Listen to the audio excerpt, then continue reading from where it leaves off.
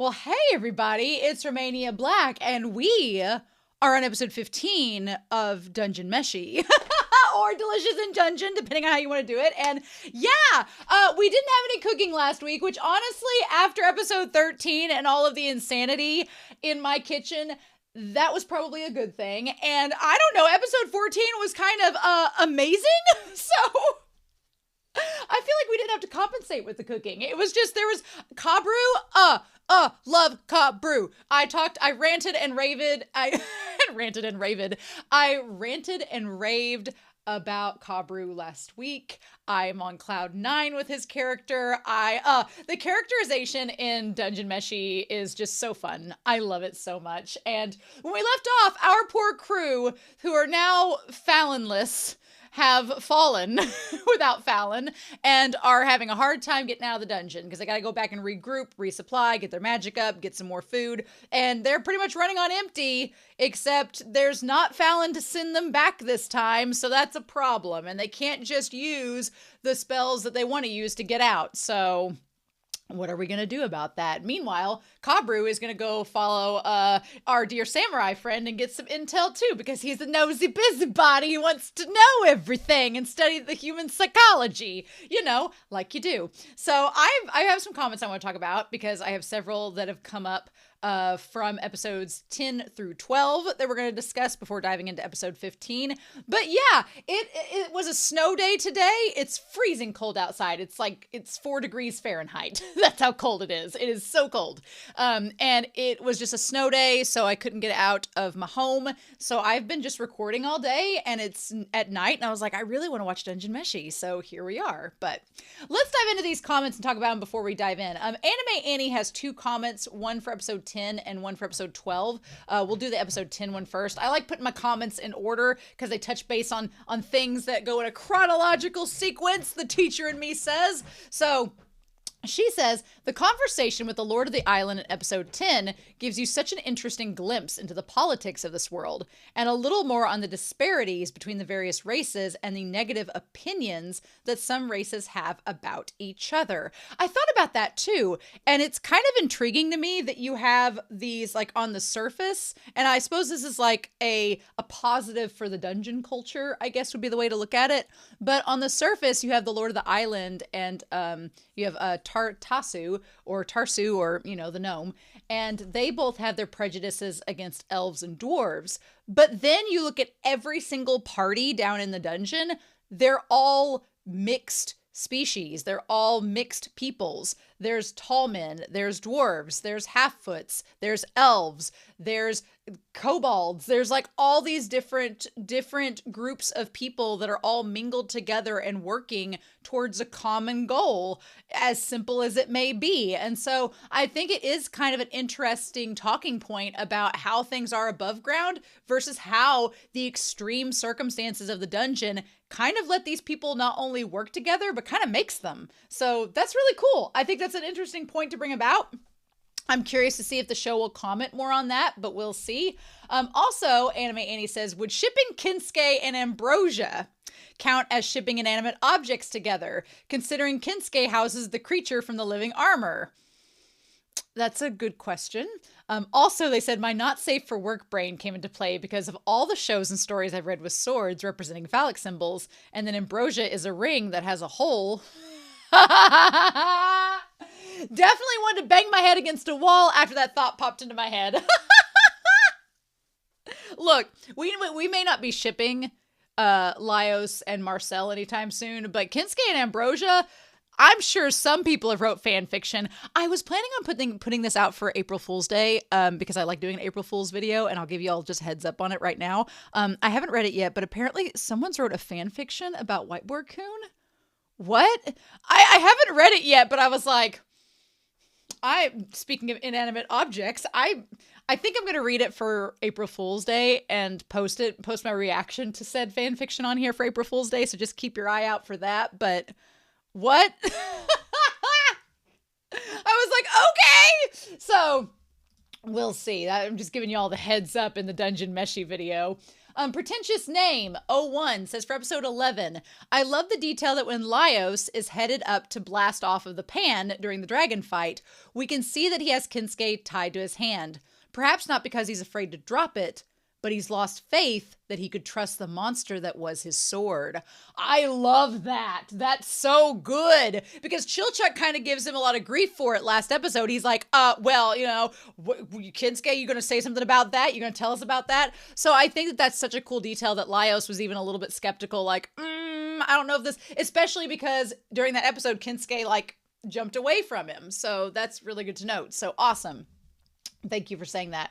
Moomin Comet says for episode 12, oxtail used to be a cut of meat, and this is the cooking video part, used to be a cut of meat that was a cheap cut, so many ethnicities utilized it in their dishes. Now that the secret is out, it's too expensive for many people who ate it for years for traditional dishes. It really is a shame. I definitely find that interesting, and I commented back to them about it, but it's really very interesting how things get viewed as luxury food items. I was watching a video today that was talking about like 1950s Christmas dishes. It was the most random thing that popped up, but it was so interesting. And a lot of dishes in the 50s in the US had gelatin in them. And it was like, why in the world would you have gelatin in all these dishes? But apparently it used to be this luxury item because you had to like boil down bones and it took forever to make and it was very tedious. And so it was considered a luxury. But then in the 50s, instant gelatin became a thing. And suddenly everybody was like, well, now we can make all of these dishes and be so fancy. So food culture and food appropriation and just the way that we kind of like make food exclusive or a status symbol is so interesting to me. So interesting. It's kind of like Wagyu, I suppose, is like the current trade is like Wagyu, which honestly, my family raised cattle. Wagyu are some ugly cows. Disrespect to the Japanese cattle industry. They're just not cute. They're not cute. They're not cute. Like just, my family raises Herefords, which are like the red cows with the white faces. They're from Herefordshire, England. I love them. They're such great cows. They have great dispositions. They're not crazy.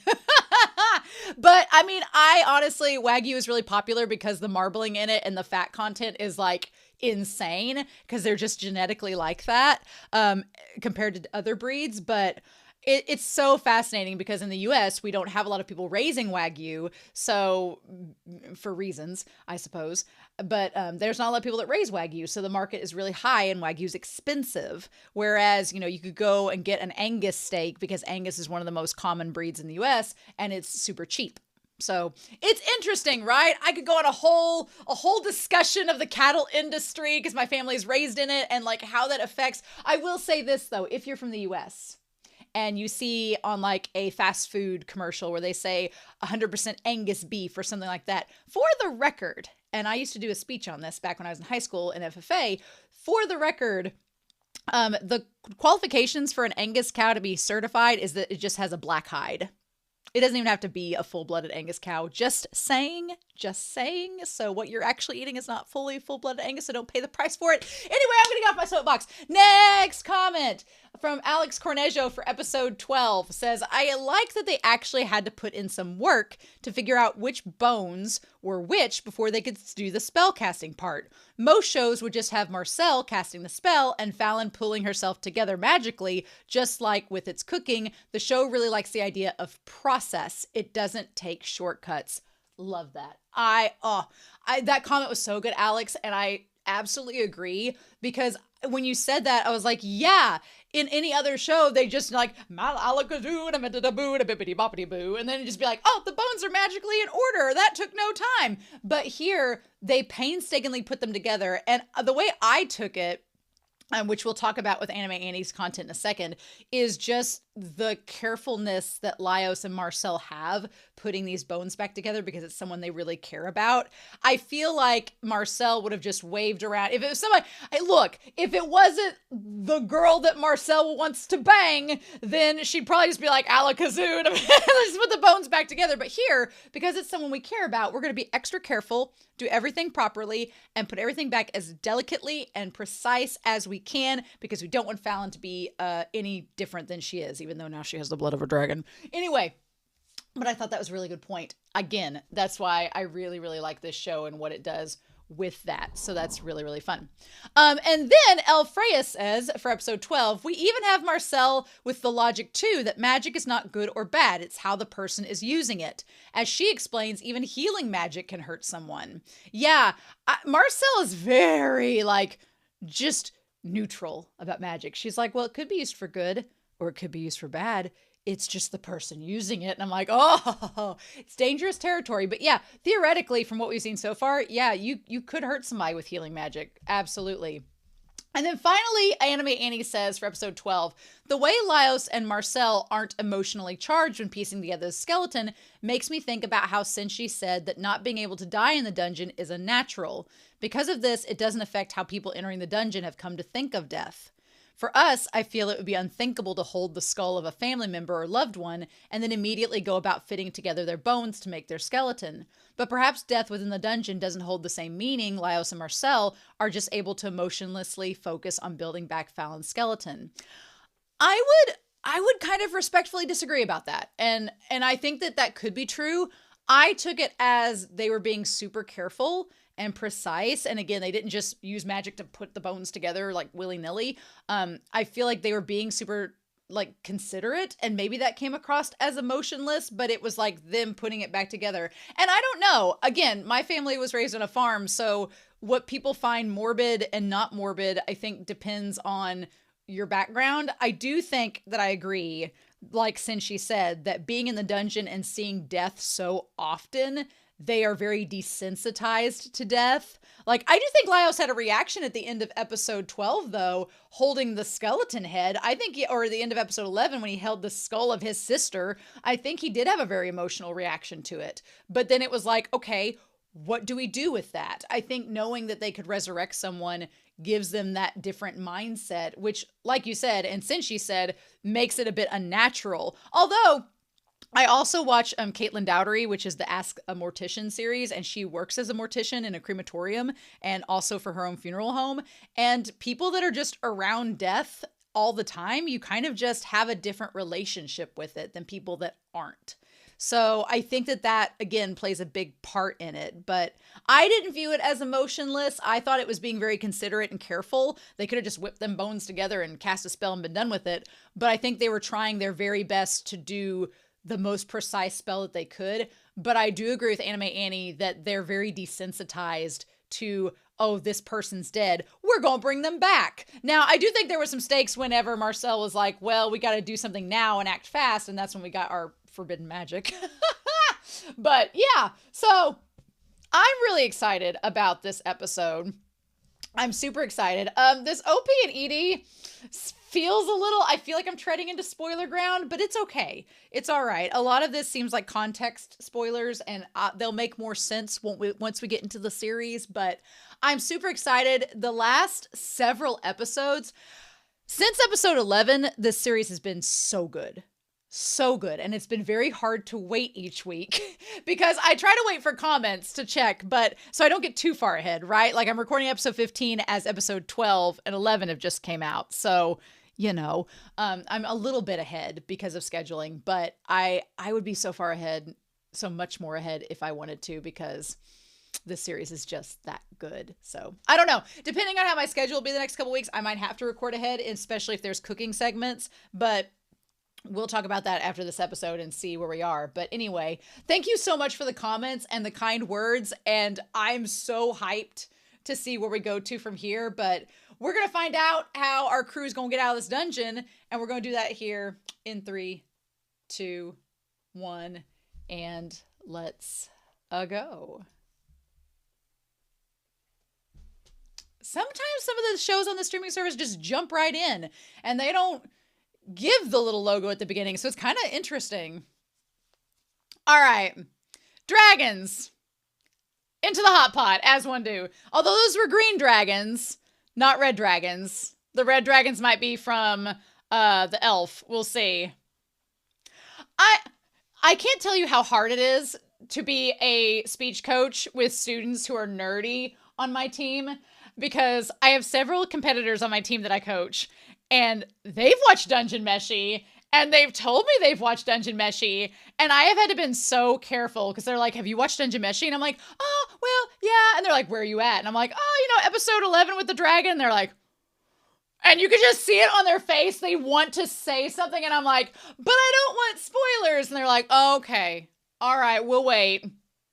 But if I'm not caught up by the end of this semester, they're going to be like, have you caught up? But I think I will be. I will be by May. So by the end of the semester, I will have caught up. So that'll be good. But yeah. I don't know what the purpose is of all of these characters making a spirit bomb in this OP, if that is something. Although that could be tied to their spirits being tied to the dungeon. Also, I just think of like the Power Rangers movie where they're all like flying down together. Interesting. Laios is so good. Our sweet boy. Our sweet bean. Anyway. So yeah, legit concern. Damn it.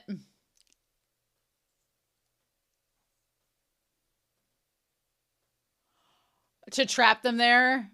Uh-huh. Oh, shit. To keep them from escaping. Oh, they all look so tired.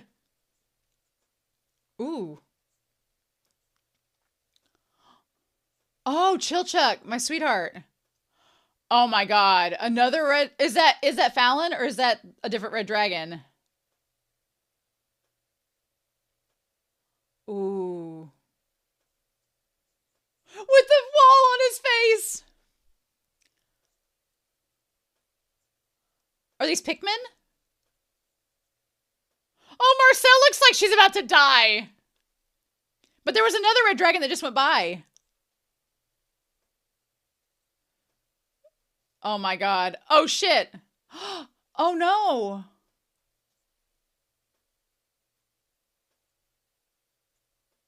Oh. Oh. What does that make a difference? Oh. I like that he assumes Marcel's not that old. And that Chilchuck's not that old. Oh, Cinchi being all maternal. We're going to talk about that in the discussion. We're going to talk about that in the discussion, actually. Somebody was asking about ABO stuff in Cinchi, and I didn't know an answer, but now I know an answer. Okay, well, don't run. Oh. Oh, just a cemetery with some cute butterflies. No big deal. No, that seems like a trap.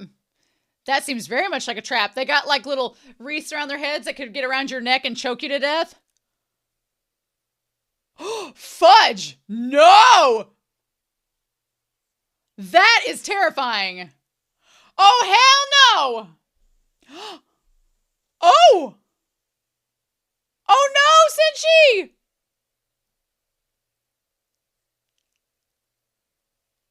Oh!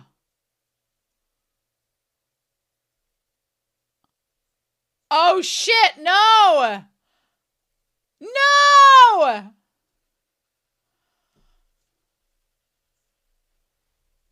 Oh my god.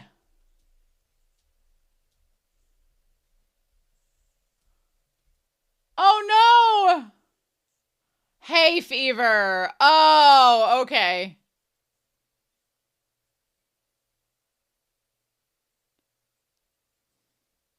Oh shit. Oh my god. Oh shit, no! Oh my god!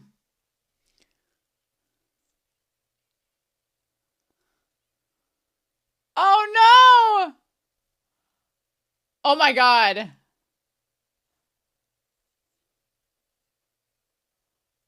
Oh. Oh, work together! Go ship, go! Work together, boys! We're not into ladies! Ah! Oh no! Oh, how many of them are there? Oh no! Oh my god, Cinchi! Oh shit! I don't like this at all! Youngsters! Let me be your wings. Ah!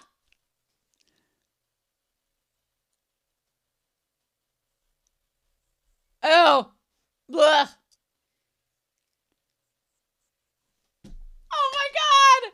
Where's Marcel? Did she die? Paint with all the colors of the windshield, Chuck. Let's go!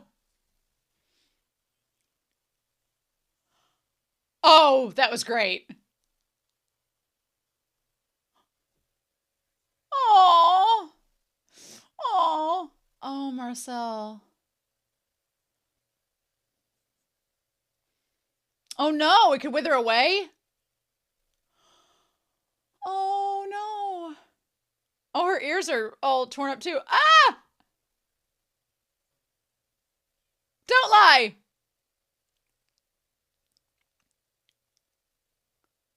Oh. Oh, well.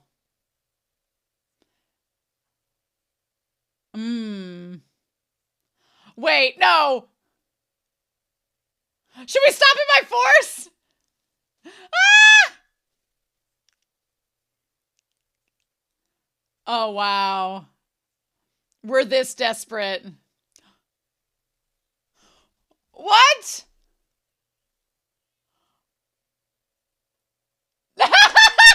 If I could turn back time. Yes.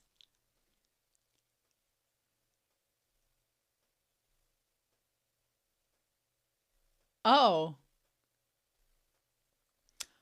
Uh-huh.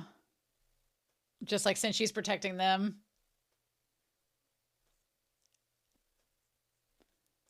Ah.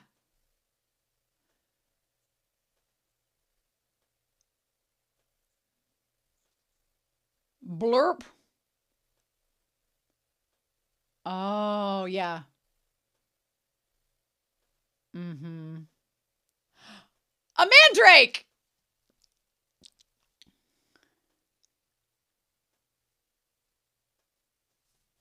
Ha! Okay. Those look terrifying with the eyes. Oh my god.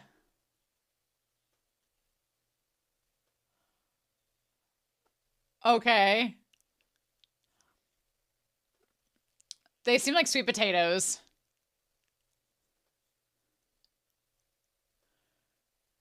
It's like a pepper. Oh, no, it's like... It seems like a cabbage? Oh, yeah, kind of like a cabbage. Oh. Oh, hell yes, actually. Oh. We've already made pumpkin soup, though. Ha! Oh. Aww. What an appalling sight, right? Her just like eating the brains of the dryad. That looks good, though. Ooh. Sour of the cheese. Interesting. Interesting. Okay.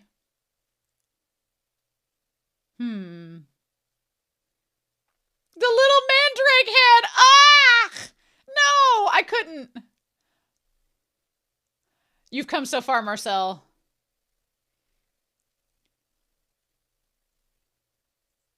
Aw, look at what your food did for them, Senshi. A full stomach does wonders for the optimism. Yeah. Oh. That looks like something straight out of Berserk. I'm sorry. It does. Blech. Okay. Ooh. Ooh.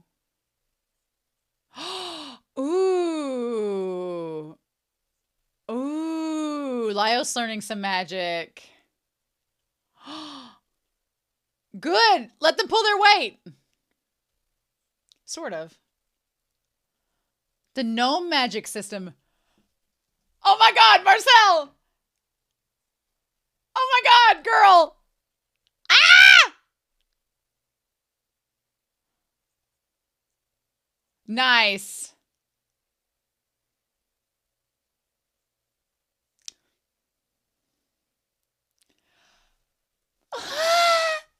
He's like, I'm not. Yeah, yeah.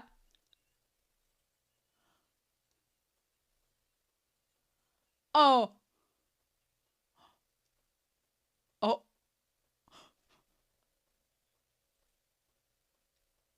Oh. Oh my God, does he think he hasn't had the birds and the bees talk? Oh no. No, don't, honey. Oh no. I think Chilchuck might be old enough to have had that talk. Oh my God. Oh no. Oh, since she. Oh my God. Oh. Oh. Ah! Ah, that's Screech. That's Screech. That Screech is amazing. Oh. Oh, to test it. Oh. Oh, shit. That would have hurt. Oh my God. It's just her ear.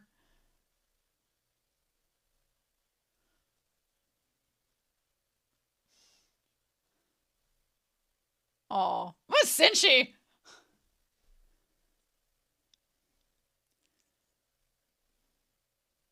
Mm-hmm. Oh, I love this. Help your sister-in-law here heal her ear. Oh, I love it. Oh.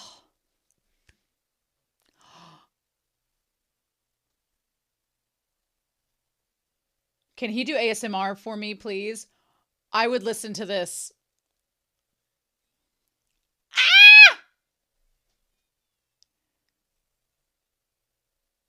Ah! Oh. Oh.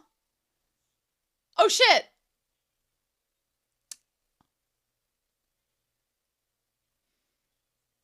Well. Maybe. Maybe.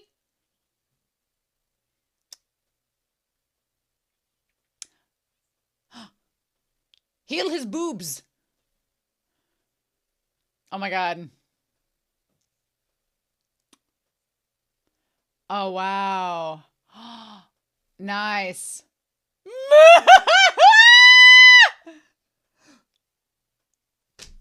Are you sensitive, Cinchi?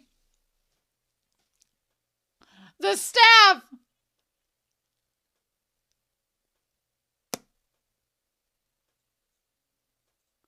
Mmm.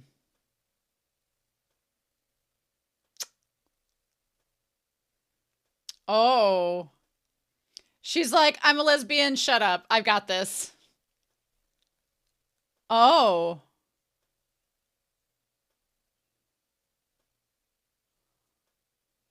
Oh.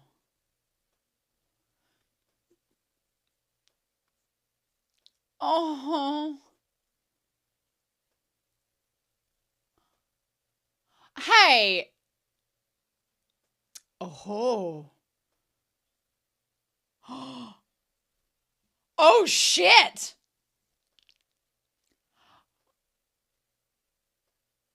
Oh.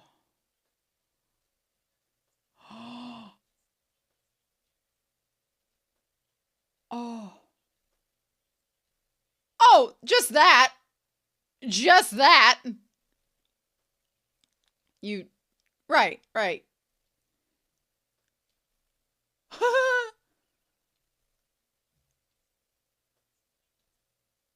What? Why are we evaporating the lake?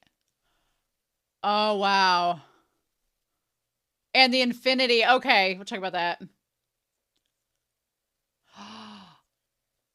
Oh, wow.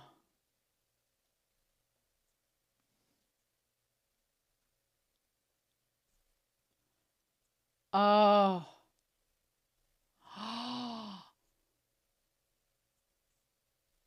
Oh. Well, about that. Oh, shit. No, no, I don't like that. No, how about, why are we taking a closer look at that? I don't, oh no.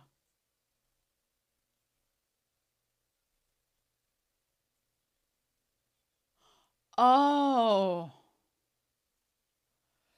Oh no. We're leaving you behind. Oh no, he had a bad trip, man.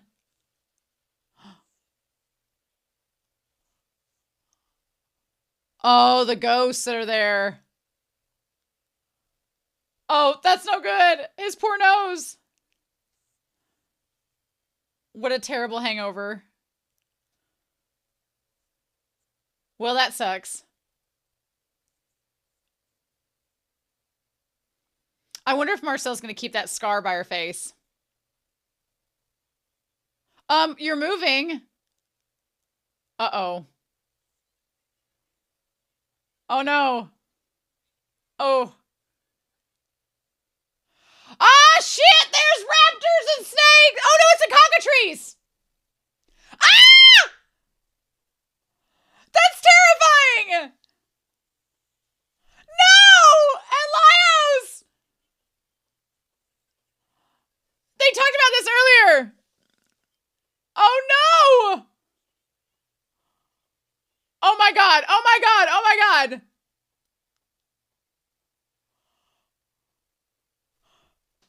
That's so scary! I don't like that!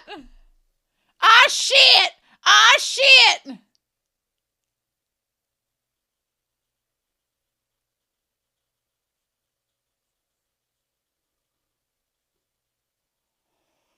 Oh, no.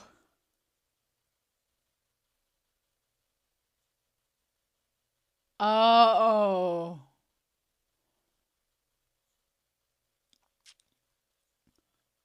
That's been a while. That's been a while. Yeah! Don't let it frighten you!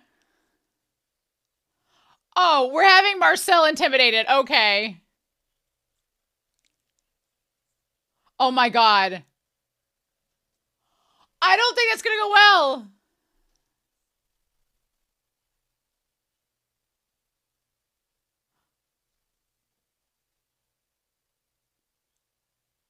Oh my God. Yeah, about that. No!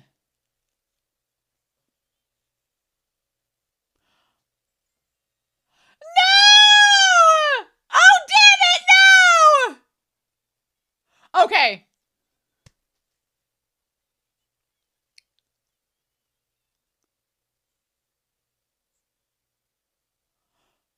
Oh, Marcel.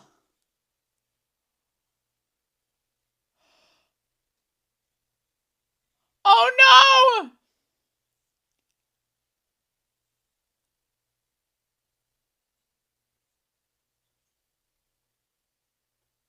Oh my God. Oh, shit! Oh, no!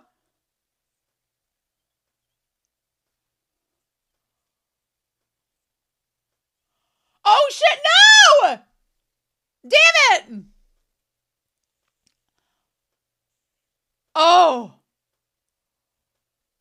Oh, no, Marcel. Yeah.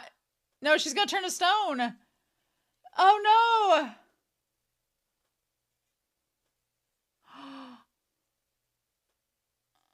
Oh. Okay.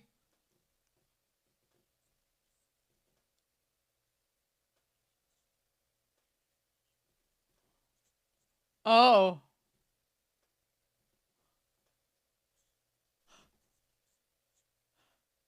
Oh my God! No!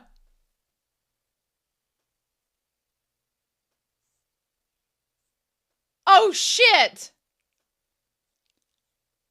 Oh my God.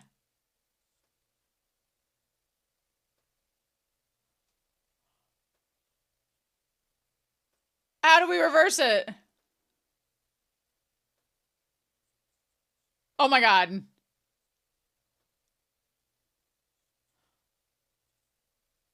Oh.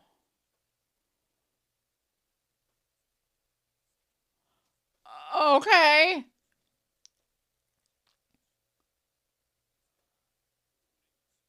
Oh my God. What? Well, that seems dangerous. That seems very dangerous.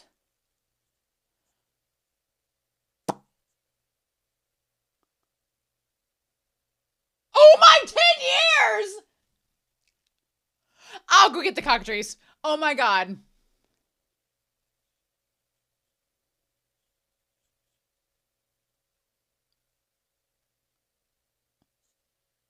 Ah.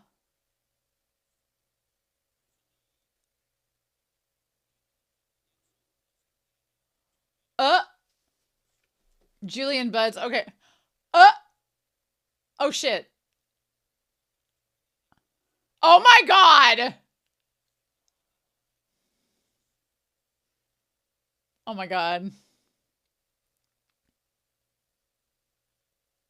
Wow. Yeah. Oh my God. Oh no!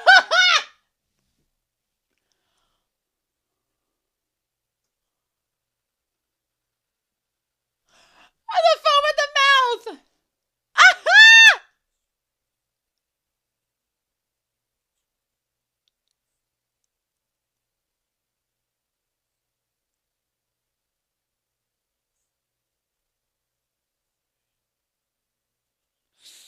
Oh no! Oh no! Oh.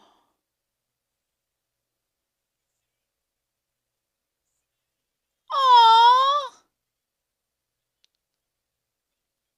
Well.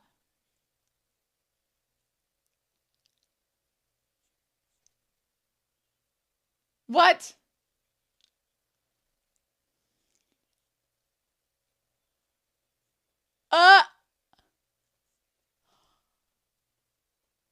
Sauerkraut.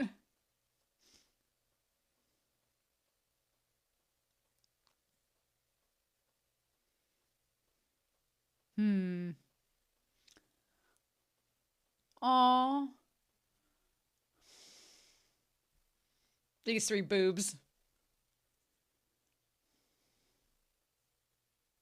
No, you. Oh no.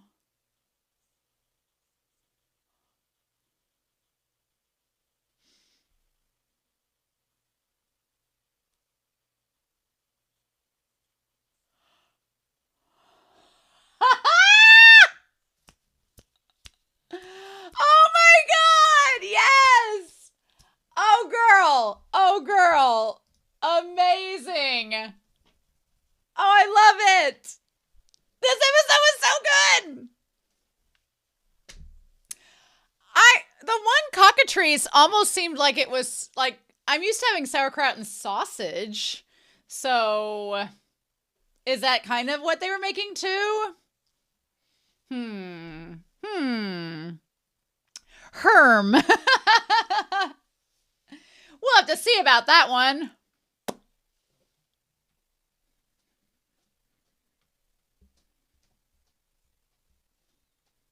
Maybe.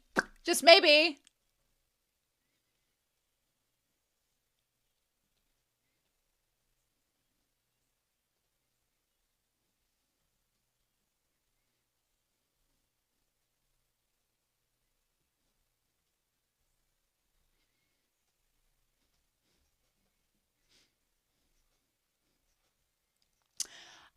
I have lots of things to say about this episode, which is a lot of fun, but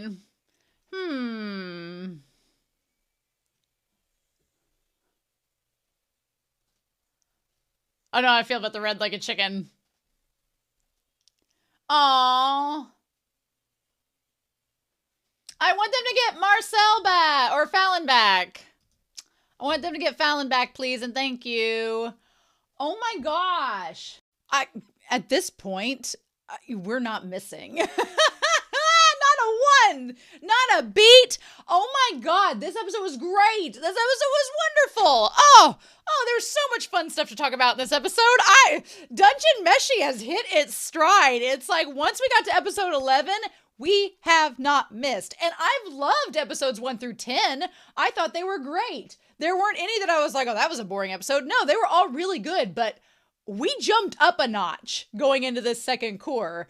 And I'm pretty excited about that, if I'm being honest. So, okay. All right, Dungeon Meshi, let's go. So, this episode was really good. We can cook in this episode.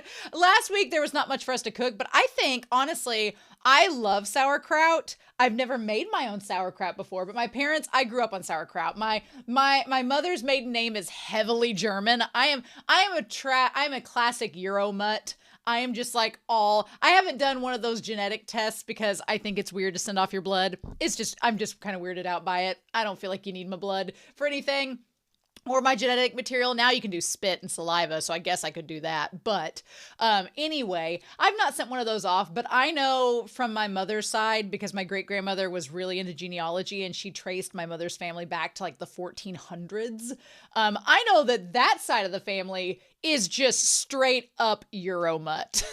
like there's Dutch in there, there's English, there's French, there is some family from Holland, and there's some Irish and Scottish in there, and then it's like on my mother's side like 50% German, so it's just like very Germanic. And then my dad's side, from what I know, is mostly French and English, so very Euromut. But I grew up on very like German, like just heavy dishes, like the countrified Midwestern Southern style version of those, if that's even a thing. But we ate a lot of sauerkraut and a lot of sausage, like brats, sausage, and kraut. We ate a lot of it growing up. So I've ate it, but I've never actually made it. So I think that we're going to try to do that this week. We're going to make some sauerkraut. Sounds fun. Sounds legit. I definitely think I looked up before I started the discussion what the Cockatrice was, and they said it was like ham hock. I'm going to be real with you all. Ham, especially cured ham, gives me migraines. It's the concentrated. I've asked doctors about it, and it's like sometimes if nitrates in like especially preserved meat are really concentrated, it can give you headaches. And I am susceptible to getting migraines from like really cured meats like ham and stuff like that. So I don't really want to risk that, but we could do sausage instead and just do some sauerkraut and sausage and go that route. And then I want to actually I don't really want to do the soup again because we've already made pumpkin soup once. That seems like we've already done that. But I was looking at the recipe for the kraut that involves the cabbage, and we could take the other half of the cabbage and make those little medallions with the mushrooms and cheese over it. That legit sounds delicious. So I think we can cook that this week. I think that is a doable dish that we can make for this episode. So that sounds like fun. I'm all for that. So yeah, this episode was great. We'll get to the cooking video at the end of this, but this episode was fantastic. What I really like about the animation in this show is they do a very good job of showcasing how exhausted these characters are. Like Marcel looked rough for a large portion of this episode. She had bags under her eyes. Her ear was all torn up. She was exhausted. And you could tell like Chilchuck was starting to get like lines under his eyes where he hadn't slept. Like it was very much like everybody was on edge. And it makes sense that we found out that the elf that rules the dungeon is able to control every part of the dungeon, which means that they can kind of do like, they can move stuff around, they can change corridors. That is insanely frustrating and terrifying that the dungeon can change on a whim from what it was, which also explains why people haven't gotten very far in the dungeon, because you get down so far, you got to go back up and replenish it, and it's so much trouble to go back up. A lot of them probably don't come back down because they don't want to risk it again. So that makes sense. I'm glad we got to spend all of this episode on the crew and focusing on them. But yeah, so everybody's trying to figure out what's going on. How do we get out of here? They're freaking out about the dungeon changing. And since she's like, we've been trekking without a break for so long, we're probably starving. He's like, we haven't had a decent meal since the dragon. And he looks so concerned, since she is like, I'm so concerned because we haven't had a decent meal. And then he's like, how old is Laios? He's probably still a growing boy. in his mid-20s, but he's still a growing boy. I don't know exactly how old Laios is. He's between 18 and 24, I'm sure. He's like, how old is Laios? He's like, I'm sure if he's getting up there or still in his youth, either way, Chilchuck and Marcel are likely... Chilchuck and Marcel are likely still growing. My dude, Senshi, my love, Chilchuck has established himself as a middle-aged half-foot. He's at least in his late 20s, which for a half-foot is like middle-aged. And Marcel is a freaking elf. There is no telling how old she is, but I guarantee it's more than 17. I just love that he treats them like such kids. All of them, like he treats himself like he's the eldest when he's probably like the second youngest out of the crew, right? And then he's like, they're likely still growing. Poor Marcel, she looks so rough. And he's like, it's shameful to not be able to provide them with proper meals. And then there was this line where he said right after that, he goes, I must feed them. The youngsters must be fed. I have to feed them and give them their nourishment. Okay, in the Discord, we were talking about, because you go on random tangents in the Patreon Discord and people bring up certain things. And look, we are a safe space in the Patreon Discord. I'm a shipper, so I've seen about it all. So we can bring up lots of things. And somebody had brought up ABO, which if you don't know what ABO is, you should go look that up in your own time. But somebody asked the question in general. They brought it up asking if Senshi would be an alpha or an omega. And I was like, I don't know.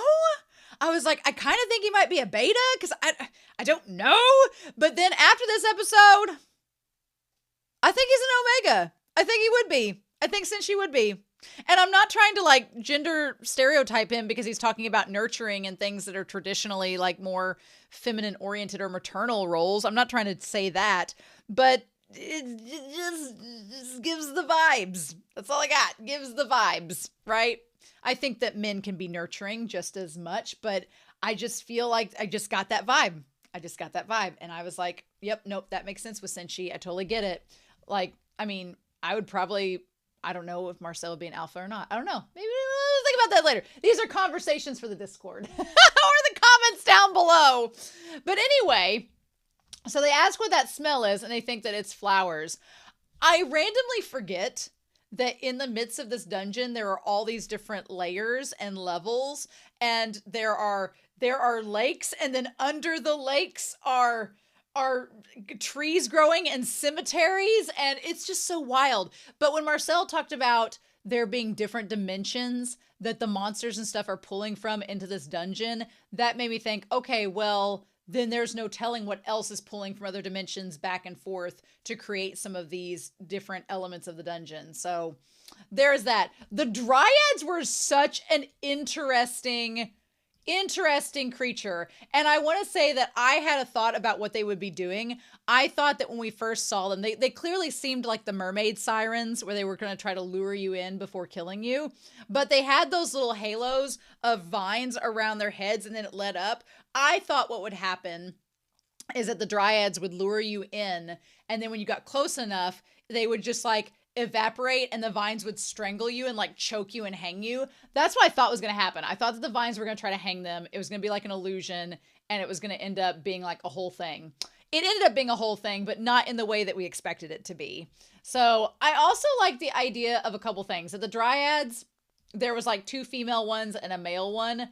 But one thing I really liked about this series that they've done so far, not only in terms of body positivity, but like the nudity has been very tasteful. Like there was not a nipple in sight, but these were like 2 nude Dryads, but everything was treated very tasteful. And I appreciate that it's just done as one would expect, right?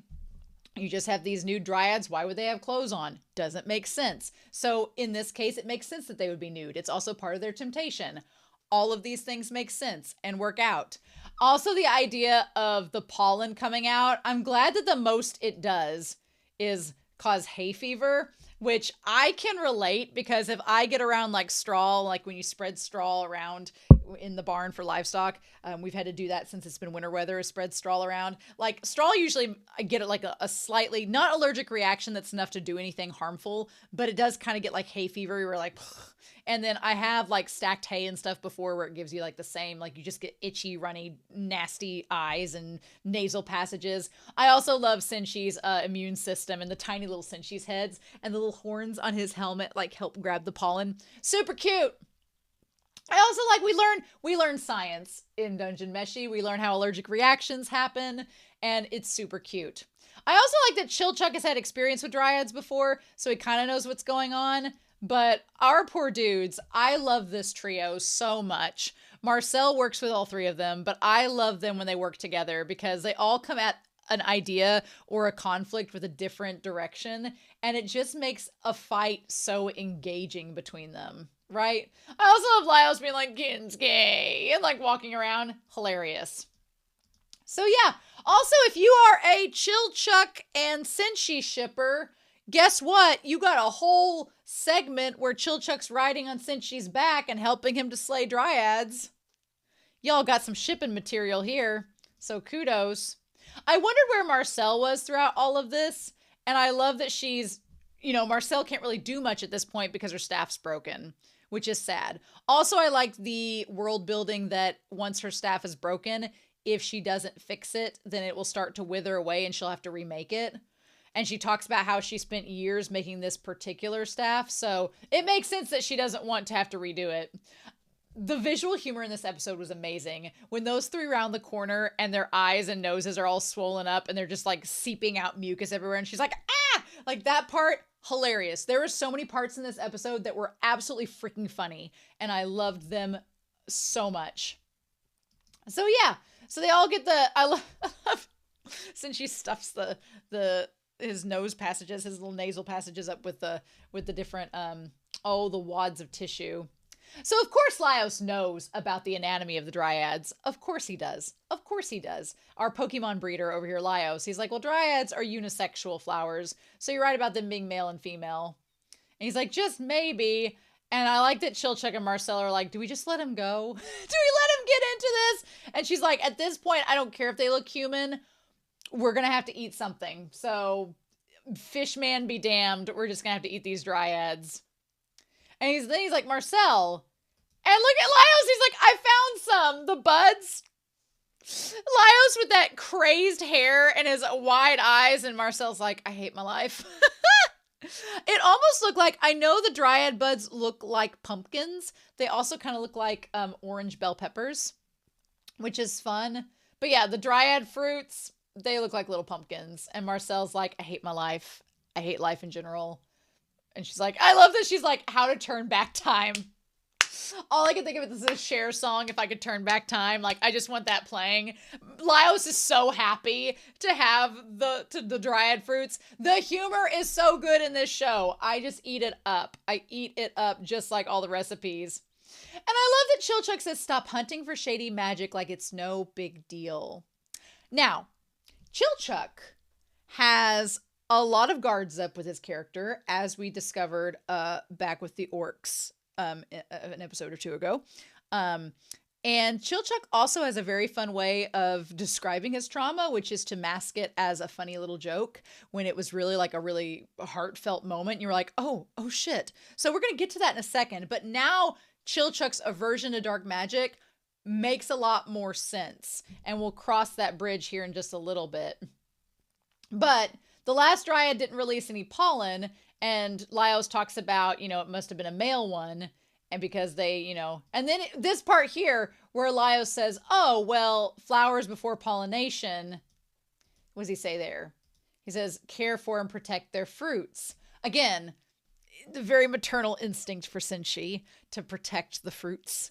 But I like that makes Senshi where he's like, don't pick all of the buds, leave some of the kids, Just, it ties with Senshi's caring nature, but also with Senshi's want to preserve the dungeon, which is really fun.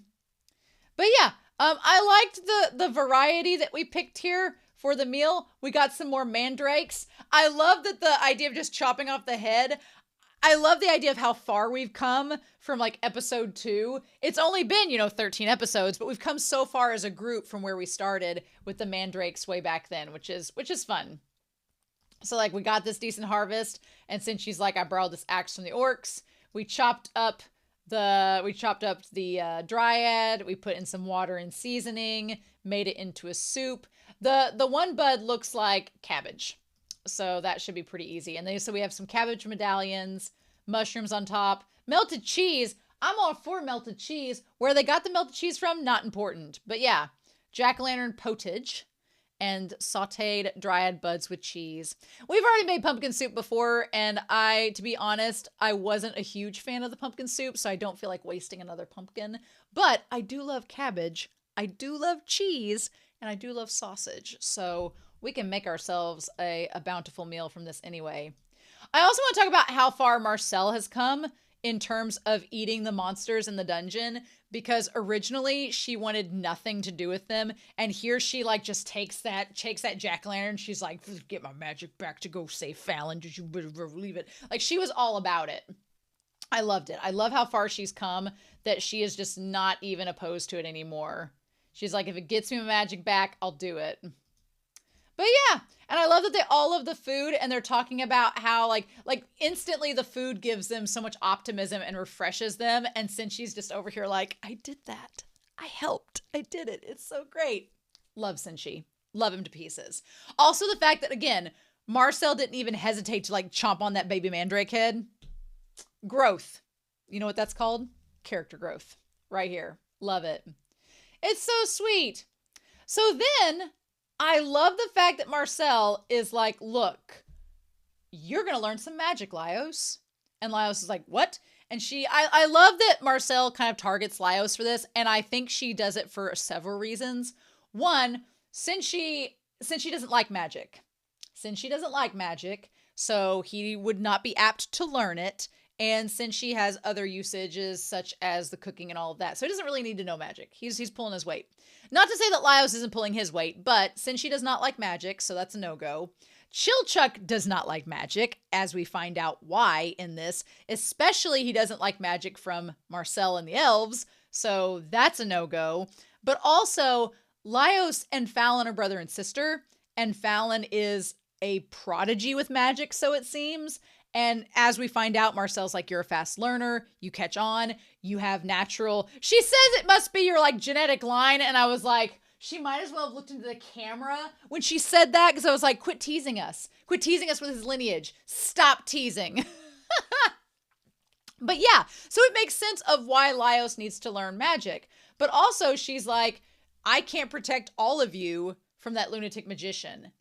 Laios is probably the most likely to get on board with the magic and learn quickly. Laios is also probably the most apt to learn dark magic, because he seems totally on board with it like she is. But also Laios seems like he would be the most apt to use it when it's needed. Like, I feel like Laios and Marcel are going to be up against some heavy forces because they want to protect Falin. So she's like, I need you to be able to help me. I'll be able to help you. So I think it's really smart. I like it. She's like, you need to learn healing and defense magic. She's like, if we don't have Falin right now, she's like, I'm not the best at healing and defense. I can't be the only one doing all the weight around here. That's why we had 2 mages originally. You need to learn some as well, which I love. I love the idea that we're doing this. It's great. And I love that she just corners him. She's like, I'm going to drum it into you in no time. You're going to be just great at it. You have no choice. Like, she just gets so serious. I love when Marcel like zones in and she's like, you're going to learn it. Marcel has jumped up as one of my favorites. I think Laios and Marcel are my 2 favorites. And I, coming into this series, did not peg Marcel for jumping that high, but she is right up there. I freaking love her. And Chilchuck's like, oh my God. And so since she's like, well, when you're young, it's not right. I love since she gives Chilchuck the head pats, and Chilchuck's like, do you know anything about half-foots? I'm not a kid. And then Chilchuck says, why did you cover my eyes in front of the monster? And he's like, well, it's time to learn about the birds and the bees, son. That screech that Chilchuck gave is probably the funniest damn noise I've heard all week. all week. That laugh was so funny. Oh my God. I died. I died. That was so great. That was amazing. But yeah, but I was wanting Chilchuck to counter Cinchi and be like, I don't need to know the birds and the bees because XYZ. I was waiting for him to counter it because I'm 29. Like, I was waiting for him to explain it. But I guess, did he say before that he lost his dad young? I don't remember him saying that, but I guess he said that earlier, and that's where Cinchi's getting that from.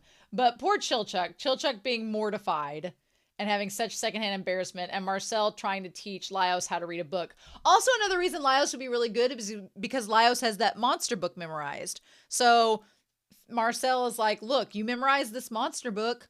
This is no different. It's just spells. You can compartmentalize and memorize this too. So Marcel has a lot of really good reasons to be teaching Laios magic. I also love the concept of him fixing her ear, of him healing her ear, and that being like the first magic that he does. I really love that. And so we talk about this whole section where they're in the back inside and he's going to do the magic. And he says, well, I didn't want to touch you in a weird way. And she's like, I love that Marcel just looks deadpan to the audience like, we don't have anything to worry about. Don't worry, Laios. I feel like you could go two ways. There was a moment where he had the hand over the ear and it was kind of intimate that I was like, okay, you know what? If you want to ship Laios and Marcel, all ships can be valid for the most part. There are maybe one or two ships that I'm like, no. But I feel like 99% of ships are all valid. And if you want to ship that, that's perfectly fine. We don't all have to agree on ships. I personally am like, Marcel views Laios as a future brother-in-law, and that's it. But that's my interpretation. But if you wanted to ship them after this scene, I could see it. I like that Laios is being honest, and he's like, well, I don't want to, be intimate. And she's like, it's my ear. Let's be real now. He's like, well, some people have OnlyFans just for their ears. And she's like, get over here. And so she's like, you just do it like this. You have to feel my pulse. We have to sync up energies. And he's like, "Rrr." And she's like, you have to improve your magic. You can't just be embarrassed. And I love that she focuses. And I really think that this is setting up for it to come into play later on. It may not come to play with Marcel. If it came to play with Kabru, I would not have a problem with that, y'all. But I honestly think that Laios is going to use this on Falin at some point. I think Laios learning this magic, I don't know if he's going to use it on Marcel again. I would love for him to use it on Kabru. But I honestly think he's going to use it on Falin. I think that's going to come full circle and he's going to be like, well, your future girlfriend taught me magic. And she's going to be like, oh my gosh. But I thought it was really sweet. I loved this moment. It was really, really cute. Her explaining it to him, explaining the pulse.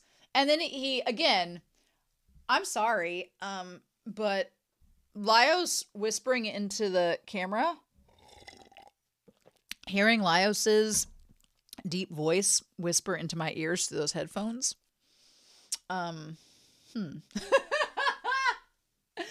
definitely, I'm on the asexual spectrum, but there's certain things that do it for people, right? And one of the things that does it for me is a voice. A voice, y'all. You may not think that. You may think that's the weirdest thing in the world. But a voice, there's not really like a sexual attraction there, but I'm just like the aesthetic, the voice. I'm like, keep talking. And Laios's voice, in that moment, I was like, oh, we're done. We can stop the episode now. Is there an ASMR of this? Okay, sure. But anyway, I'm going to stop being horny on main for Laios's vocal cords and get back into the episode. But yeah, I like that he kind of like has a moment where he almost overdoes it. And then he's like, oh, but you're bleeding. And she's like, well, it itches. And honestly, though, she says the scab broke off, which means it was healing. And you can see in the animation that it's not as red as it was before. It started to heal, which is really cool, which I like. And he's like, oh, I overdid it. I'm like, no. The scabbing means that it's healing. It's part of it. That's actually really good. So again, I feel like just like when Falin made the one thing explode in the classroom because of all the power, Laios kind of overdid it for a second on the ear. Laios is going to be a quick learner. I think he's going to be able to do it. If he healed her from stone in like a day, he may become a force to be reckoned with. She's like, maybe you really come from a talented line. And I was like a talented line? Like what? Like a king's line? I'm going to be on with my theories for the rest of the season, I tell you. But I also like that, again, we have Senshi with his breasticles, his chesticles on display like, oh, shit. And I don't blame Senshi for looking worried because the last time magic was performed to heal him, he didn't feel great about it. But also, as Laios is about to, like, cop a feel, he's like, nope. And he's like, that felt weird. And Laios is like, I'm so sorry. I feel bad for Laios because Laios is like, I'm not trying to be like inappropriate. I'm trying to help you. Again, since she having sensitive nipples, take note, Chilchuck. So yeah, and then Marcel says, don't let that stuff bother you. Don't be embarrassed. Feeling shy is the biggest obstacle to progress. I love that. I love that. I love that. Marcel is encouraging our BL squad as we speak. No, but I do think she is raising a good point that this series has not been shy about like sexuality and about bodies and about like, you know, you have to be physical for magic to work. And I really, really like that. So then I like that Chilchuck brings up the problems with relationships. The problems with relationships and healers, that healers get intimate with people and it can cause difficulties. I like that angle of it because you don't think about that, but then the healers, you know, do get very touchy-feely. And if you've been touch-starved in a dungeon, you might get the wrong idea about the magic being used, which leads Marcel to, you know, because Chilchuck says, you know, the main reason parties break up is often due to relationship issues. Falling in and out of love, envy, or jealousy, grudges, and hatred. And he's like, they can be a hassle. And Marcel kind of has the eye twitch. And she says, oh, are you talking about Falin and Shuro? Now, somebody in the Discord was talking about how that Falin and Shuro must have been an item because Shuro was going to get engaged to her. And I was like, well, that's not really an indication. We haven't really heard anything or seen anything about Falin having any sort of attraction towards Shuro. Like in all the flashbacks we saw of Shuro with the party, Falin was more interested in Marcel and Namari than she was with Shuro. I think the whole love is very one-sided from Shuro's perspective. I think that Shuro, I could see him based on this conversation they have, I could see Shuro getting hurt and Falin like gets all up in his business and she heals him. He assumes like he gets kind of like a crush on her and is like, oh, we could be a thing.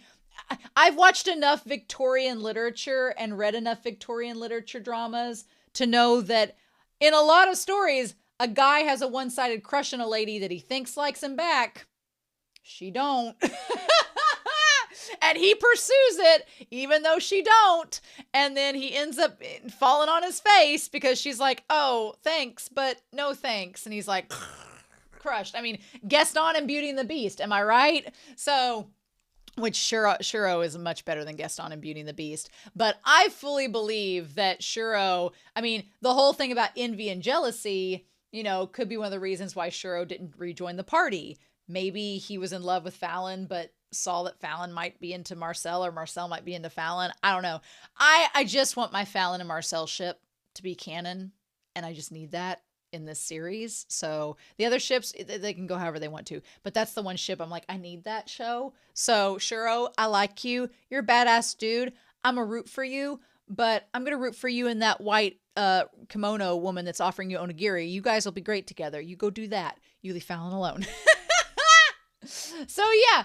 And you know, Marcel's like, are you talking about them? And he's like, I'm speaking from my own experiences. I like that Chilchuck wasn't even thinking about Falin and Shuro. That was all Marcel. Marcel being jealous of Shuro liking Falin and possibly trying to propose to her. Chilchuck's like, I've traveled with parties that have broke up because of the healer relationships. He's like, I know from my experiences, a leader needs the ability to unite people more than combat skills. He's like, we need to be socializing Laios rather than having him learn magic. And I feel bad because I love Laios the way that he is. And I think Laios' socialization skills are fine. I mean, sure, he talks about monster mating all the time, but everybody's got their quirks, you know? So that was what makes him great. I think that Kabru would argue that Laios' quirks make him a unique individual, and we don't need to be changing that. If he had done so, he wouldn't have knowingly ended up being an accomplice in black magic. Now, what Chilchuk is suggesting is that Laios needs to learn social skills so that he can not go along with Marcel's dark magic. I honestly think that you could teach Laios every social skill on the planet and take him to as many conversation seminars as you want, but when his sister needs to be resurrected and somebody offers to do it for him, I think he's going to agree to it whether it's ancient magic or not, and whether he knows it's good or bad. I think he's still going to agree to it. So that's when Chilchuk goes on the tangent about magic. And she's like, why don't you learn a bit yourself? And Chilchuk kind of gets like hysterically offended by it. And the way that he passive aggressively is like, well, sorry I didn't learn magic, but I'm sorry about that. Many of my kin got kidnapped by elves and never came back. And then he says, just because they were involved with some black magic artifact. That's why I never got the chance to learn about magic. And it was like, oh shit. So Chilchuk basically talked about how a lot of his family were involved in trying to get a black magic artifact, and they got kidnapped by elves and never returned. So far in this series, we've had bad stuff said about the orcs, and we've seen the good and the bad. We've had bad stuff said about the elves, and we've seen the good and the bad. We've had bad stuff said about the dwarves. We've really not seen any bad dwarves. They've all been really great. But I feel like and we've seen some bad tall men. So I feel like every species, every race, we've seen different like ratios of good and bad apples, right? But I've been talking this entire series so far about how Marcel and Chilchuk have such an interesting dynamic, and it's often strained. And now we kind of know a little bit more why it's strained. Chilchuk naturally is, kind of prejudiced against elves because of what's happened to his family, which is kind of a crazy thing, right? And he's like, so forgive me if I'm ignorant, to sum up and then that's when Marcel's like, I like that Marcel doesn't get mad at him. She doesn't get mad at Chilchuk. She just goes, look, I get it. I get why you're mad. I get why you don't like what I'm doing. She's like, but I'm going to summarize why I'm doing the things that I'm doing. She's like, to sum it up, what I'm doing is drawing energy from another in a dimension where infinity exists, which is wild. She's like, it's where infinity exists. And she explains the cup of water versus the lake. And then she says, where we see the kind of book, the magic would require an enormous amount of power and time. So we have the eye, and the eye has the infinity sign in it, which now connects to the elf is drawing a lot of the monsters and stuff from this other dimension. Well, this elf has been in this dungeon for hundreds of years potentially, so they've had time, and they've probably built up a lot of power over that time. So yeah, it makes sense why they're doing the things that they're doing and how they're able to do it, right? But this dungeon is connected to the other dimension at multiple points. And it's through this power that monsters are summoned and the dungeon is formed. So then she says that after the monsters are formed, she says Falin no longer had the strength to revive herself. And so I rewrote a section of the dungeon to make her body part of the dungeon. Which is interesting. So she didn't have the strength to revive herself and her soul was trapped there. So Marcel connected to that other dimension basically to help bring her back. I don't know what that means though. She says only for a brief moment, of course. I don't know. I don't know what that means. I don't know if that implies, if there's the implication that since Falin has been connected to the dungeon and her soul has been brought back through it, is that going to mean that Falin can never leave the dungeon? Does that mean Falin has access to that other dimension now that she's technically been brought back through it? We don't know. We don't know. That's going to be something that we have to find out later. I'm curious. They saw a red dragon, so there's more than one red dragon around. I don't know if that... I feel like that red dragon that flew over was not Falin because they didn't have a reaction to it. So I feel like if it was Falin, they'd have a reaction or they'd note that. But also, they don't realize that the elf can change Falin back into the dragon. So they wouldn't know if it was Falin or not. But I don't think it was. I think it was a different red dragon, honestly. So then we have the Cockatrice. The Cockatrice, but before we get that, Laios has his first magic hangover, and they're like, bye, we're leaving you. I feel so bad for Laios. He has his first magic hangover, and it's like a really bad mushroom trip. I feel so bad for him. I've never tried mushrooms. I don't intend to. But from the people that I've talked to that have, it seems like it. But yeah. And that's when they notice that the dungeon around them is changing constantly, and then it shows up. Of course, the elf is bringing out every possible monster to keep them from going to the surface. And this is a Cockatrice. That Cockatrice, how it was animated, when it looks directly at the camera, that shit was freaky. It reminded me of my great aunt. I've said this on other shows in the other channel. I don't know if I've said it for this show. My great aunt growing up, she had this giant replica of the American Gothic painting in her bedroom. Why? I don't know. But if you've ever seen the American Gothic painting, go look it up. It's one of those paintings where the eyes of the characters follow you no matter where you go. And as a kid, it creeped me out. I wouldn't even go in that bedroom. My aunt would be like, why won't you go in there? And I'll be like, because it's terrifying. But the eyes on the Cockatrice and the snake, it was like Jurassic Park. It was so scary. Nope, not here for it. And so if the snake bites you, you turn into stone. I mean, I like the fact that they get in and they send Marcel. Now them sending Marcel to go and scream at the Cockatrice. I mean, you all knew this was not going to work. But she managed to like stare it down and things were going all right. But then she ends up getting bit just as Marcel's gotten a little bit more bold and a little bit more reckless. I feel like earlier Marcel, while she's made a lot of advancements in terms of like eating the monsters and lightening up, she's also not as guarded as she once was. And again, this kind of ties to Anime Annie's comment about how they're so used to just healing themselves and resurrecting themselves and they don't have to worry about death that they kind of do reckless things sometimes that it's like, but you probably should avoid that. So I hate that she got bit. I'm glad that they were able to cure her. But I also like that Laios was trying to make her turning into stone as painless as possible and where they could carry her if she needed to be carried. But then she messed it up and they were like, well, shit. Also, the fact that she helped ferment the pickles and make the sauerkraut is kind of gross. I mean, she's a stone statue, so it's fine. But it also, if I was her, I'd be like, get it out of my face. I hate all of you. Like, I'd be so embarrassed if I was like, oh, thank you. I'm glad my butt could help you ferment pickles over 4 days. Oh my God. So yeah.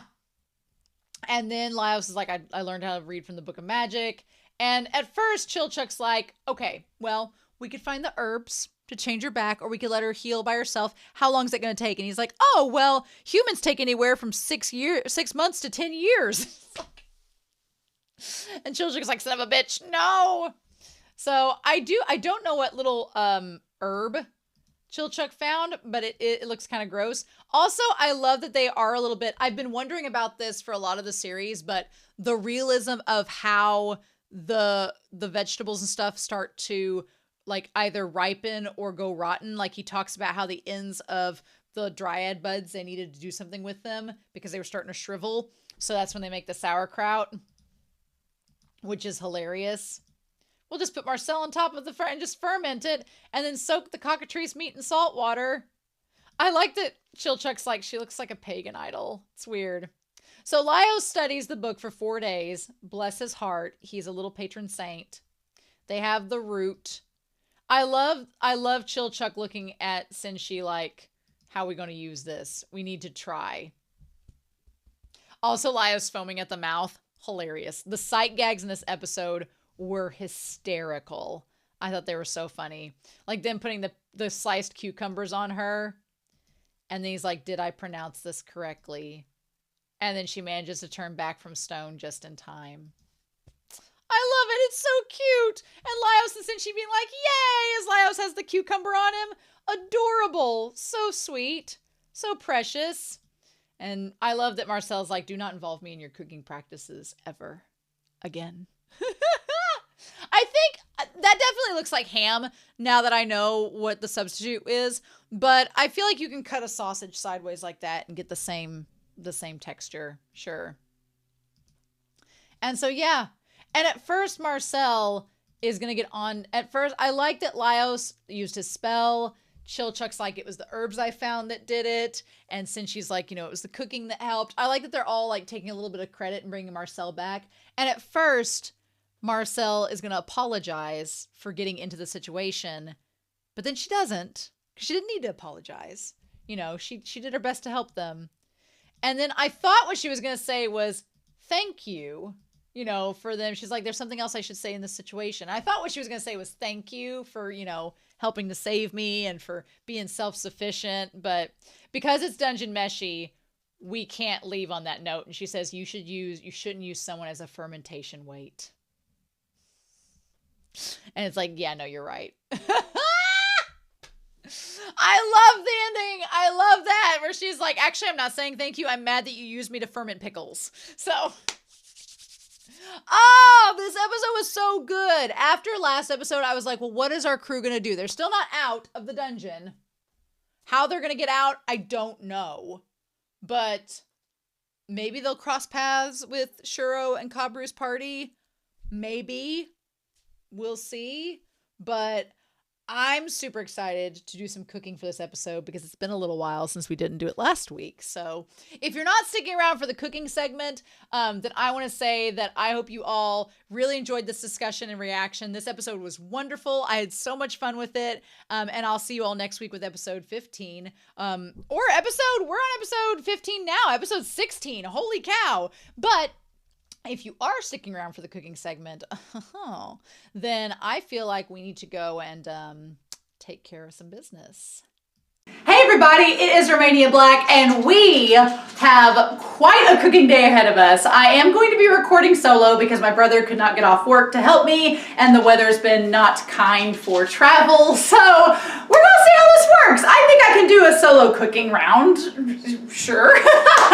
So for episode 15, we are going to be looking at a couple of different dishes, mainly two. We are going to be actually making sauerkraut, which you could go to the store and buy sauerkraut, as I've come to find out, but where's the fun in that? Plus, the cabbage that I'm going to use has a dual purpose, so it was important to me to just go ahead and not be wasteful, buy a head of cabbage, and do the sauerkraut, as well as our little cabbage steaks that we're going to be doing today. So as far as the ingredients that we have, it's actually a lot more concise than I thought at first. I was getting everything out being like, oh, this is going to be a lot, but it's not that bad. For the sauerkraut itself, the recipe that I have, which is from the kitchen, is actually going to be calling for a whole head of cabbage, but we're going to cut it in half and use half the cabbage because it was going to make 8 servings of sauerkraut. I myself am not going to eat 8 servings of sauerkraut as much as I love sauerkraut. So we're going to be cutting this in half and using half for the sauerkraut and half for the steaks. So we're going to be doing that. It also calls for half of an onion diced, which is fine because I've actually been using a lot more onion in my cooking because of this series. So that sounds fine to me. So we're going to be having this, using it in our sauerkraut. The other thing that they ask is that you use distilled white vinegar. This was actually really cheap at the store. This was like $1.30. So it was super cheap to get a thing of white vinegar, which we're going to be using to make. I'm not usually, to be honest with you, I don't like vinegar. But for some reason, after it ferments and cooks, I really like sauerkraut. So this is like the one-time vinegar, I'm okay with it. But we're going to be doing that. And then the next thing they asked for is you use sea salt. We have ground black pepper. We have both onion powder as well as garlic powder. Both of those in there as well. And then the thing that I was really confused about was that the recipe said, I watched the video and they were like, you need to have celery seed. Celery seed makes it. So I went to the store and I searched for 10 minutes in the spice rack being like, celery seed, celery seed. I found this that says celery salt. And I was like, but then when you look on the back, it says salt and celery seed for the ingredients. we're gonna go with it. It only asks for half a teaspoon, so it's not very much. So I don't feel like having this, if they actually wanted the seeds instead of the salt, I feel like this is okay, because other than the sea salt, there's no other salt in the sauerkraut. We're just gonna roll with it. We're gonna roll with it and see what happens. But that's all you need for the sauerkraut. It's mainly the cabbage, the onion, the seasonings, and the vinegar. That's it, and then we're gonna be putting it all together. Then for the kielbasa, or the sausage, I didn't want to, like I said in the episode, I didn't want to get ham because cured ham gives me headaches. So instead, I got some smoked sausage. They asked for 14 ounces. This is 13 ounces. Will say though, I did not realize how much fat is in this sausage. There are 7 servings in this pound, and each serving is 200 calories and 17 grams of fat. I was like, holy shit. So yeah, I've been like chowing down on sausage way more than I should have probably, because I did not realize how fattening this was. I was like, oh my God. So it's gonna be fine. I'm gonna probably take some to my parents because they love sauerkraut and sausage, but this is what we're gonna be heating up and cooking. That's gonna be our cockatrice for today. We're gonna be doing that. And then the other thing that they said was that you needed unsalted butter. We still have some Irish butter left that we're gonna be using for this. And then they called for vegetable oil. I ran out of vegetable oil when we did our frying, but I do have some olive oil we're gonna use instead.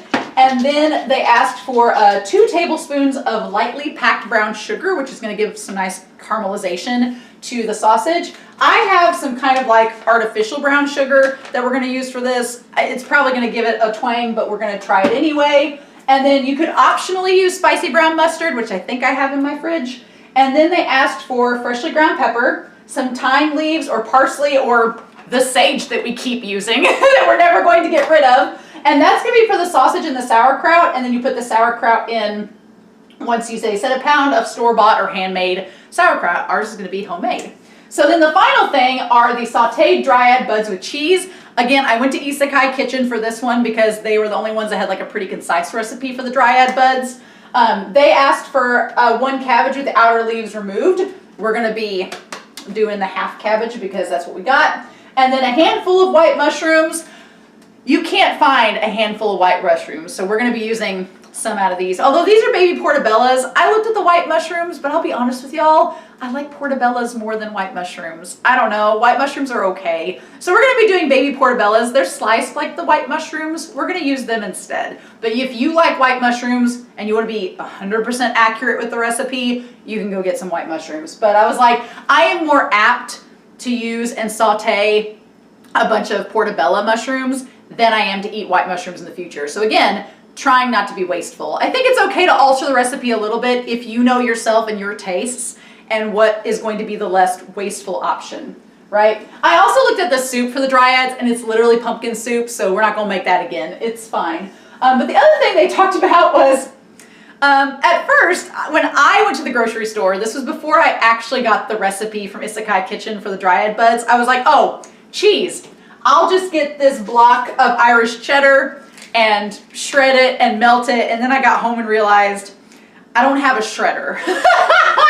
So we're gonna hold on to this. And instead, I kind of copped out on this one. Since we're making homemade sauerkraut, I just went to a local Mexican restaurant and got some queso. So we're going to just drizzle this cheese dip over the top of our buds. It's probably going to taste better than what I could have made anyway.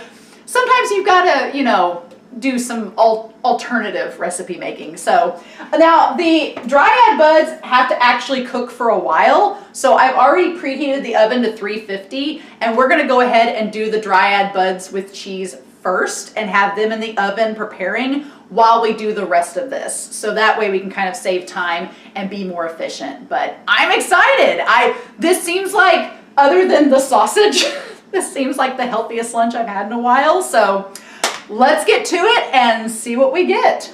All right, so as we are working with our dryads, the first thing we're going to do is they ask us to take the outer leaves off of the cabbage. And so I've done that and I've already kind of pre-shredded them in here.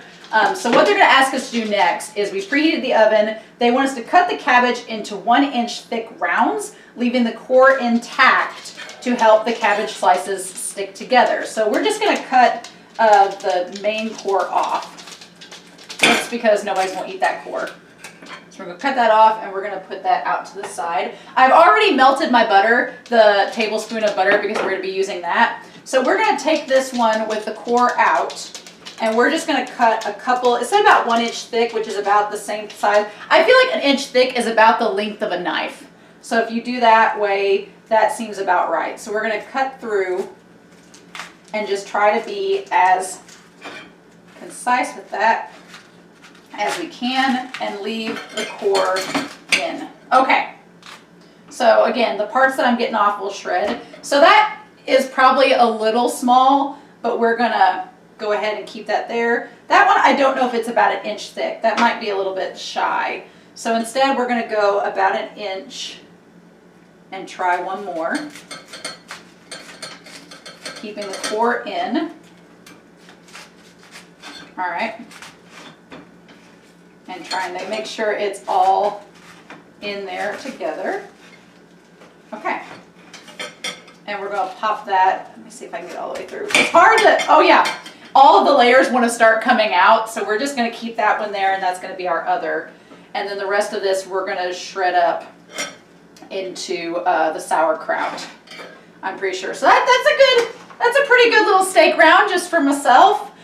So then what they say is they want to transfer the rounds, onto parchment paper. I should have done that. So let me go get a thing of parchment paper. This is why we read the directions before we get onto this. So we're going to transfer this over here onto the parchment paper.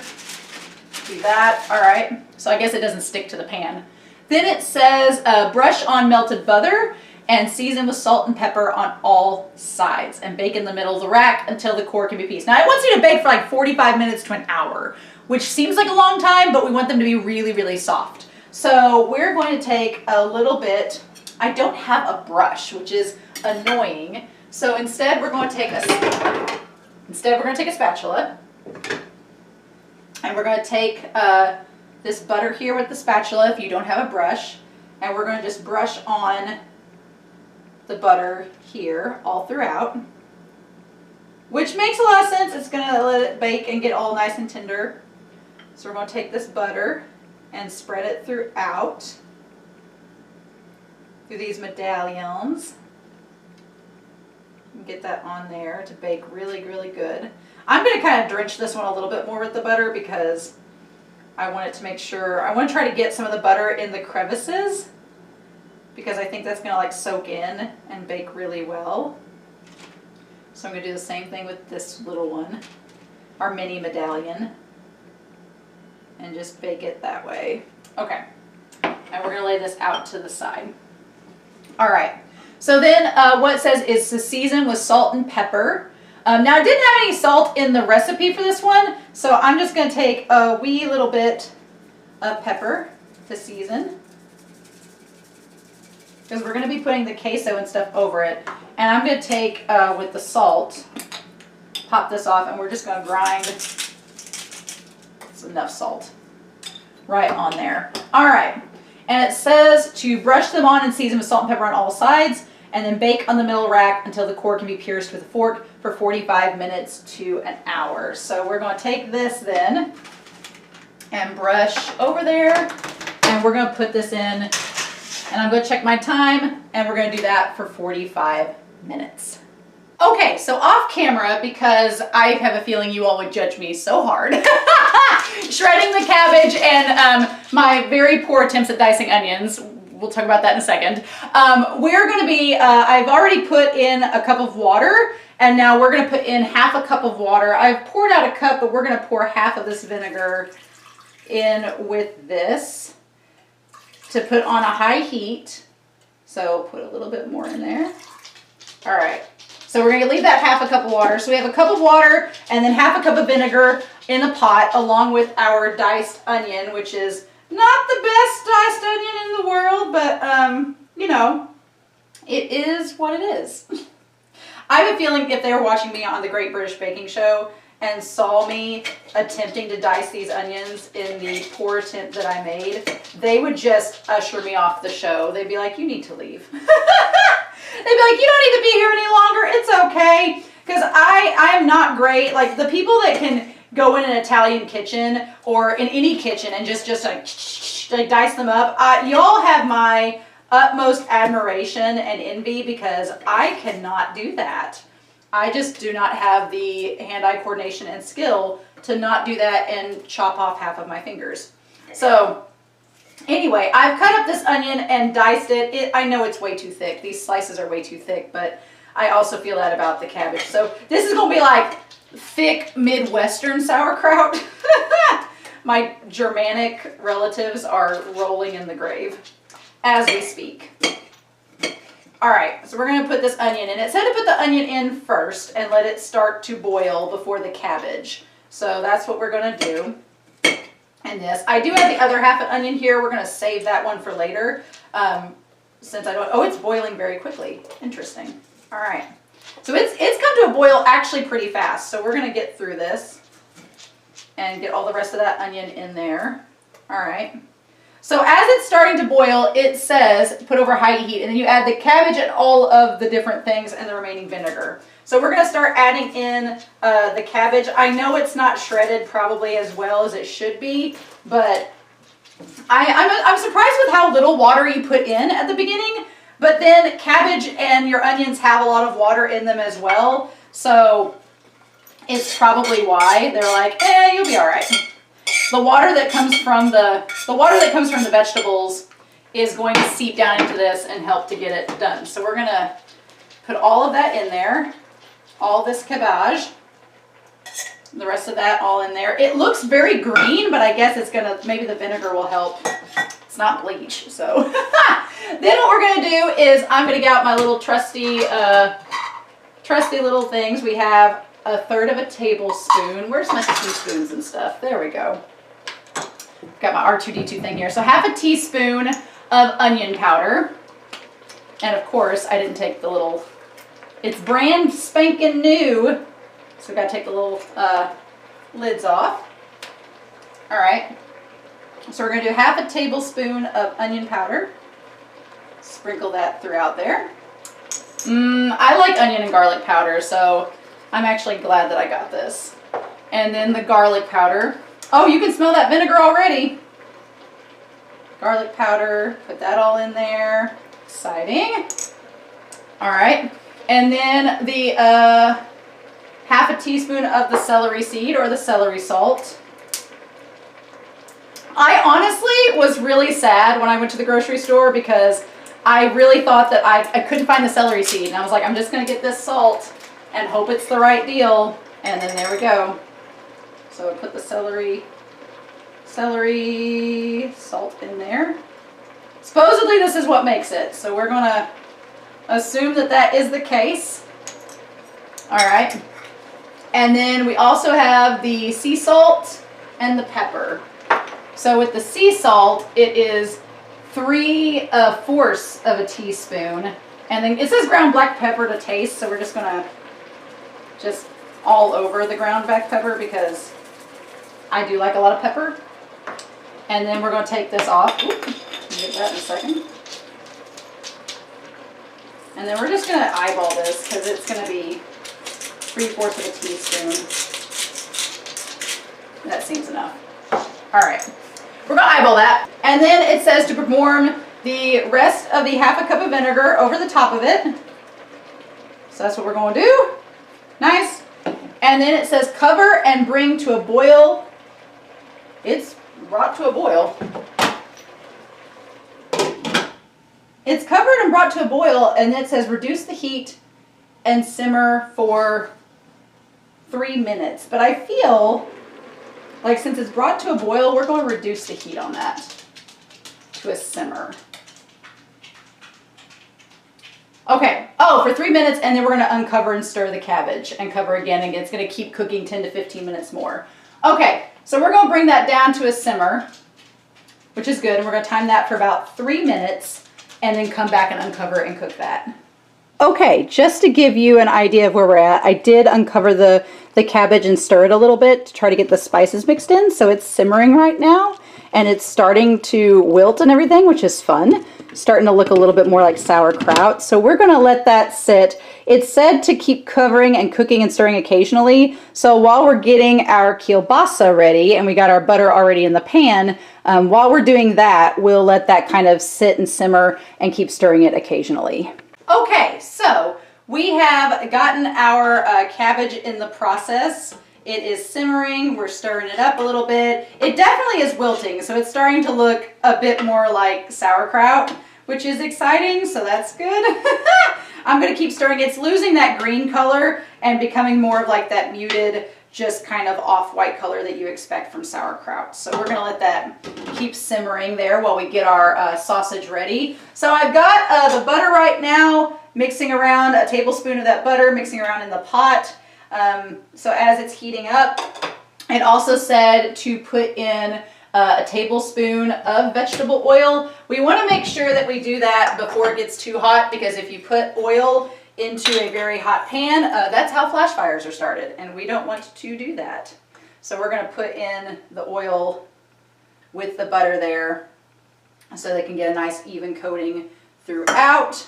I did go ahead and cut up the sausage because it said you had to drain the package. There wasn't a lot of liquid in the package, so I'm assuming that's a good thing. But I went ahead and cut up, as I'm spreading my butter and oil around, went ahead and cut up the sausage into little pieces. The nice thing was, I did use the plate that I had used for the cabbage. The big rule of thumb is you always cut up your vegetables before you cut up your meat, and that prevents cross-contamination. And so I did cut up the piece of sausage. If you look on the sausage when you get one of these links, there are actually these ridges that make it really easy to cut it. Like the 1-inch ridges, I don't know if that's just the casing, and if you know what sausage is made out of, makes you think, but it makes it very easy to cut. So, but the one thing is, once you cut, you have to commit. It's like if you start to like saw at a sausage, it starts to plump out all of the meat inside of the casing, and then it becomes difficult. So you just gotta commit. You gotta and go through. But yeah, so we got all those cut. So you put heat 1 tablespoon of unsalted butter and a tablespoon of vegetable oil in a large skillet over medium heat. I'm between a 4 and a 6. We're going medium. We're not gonna have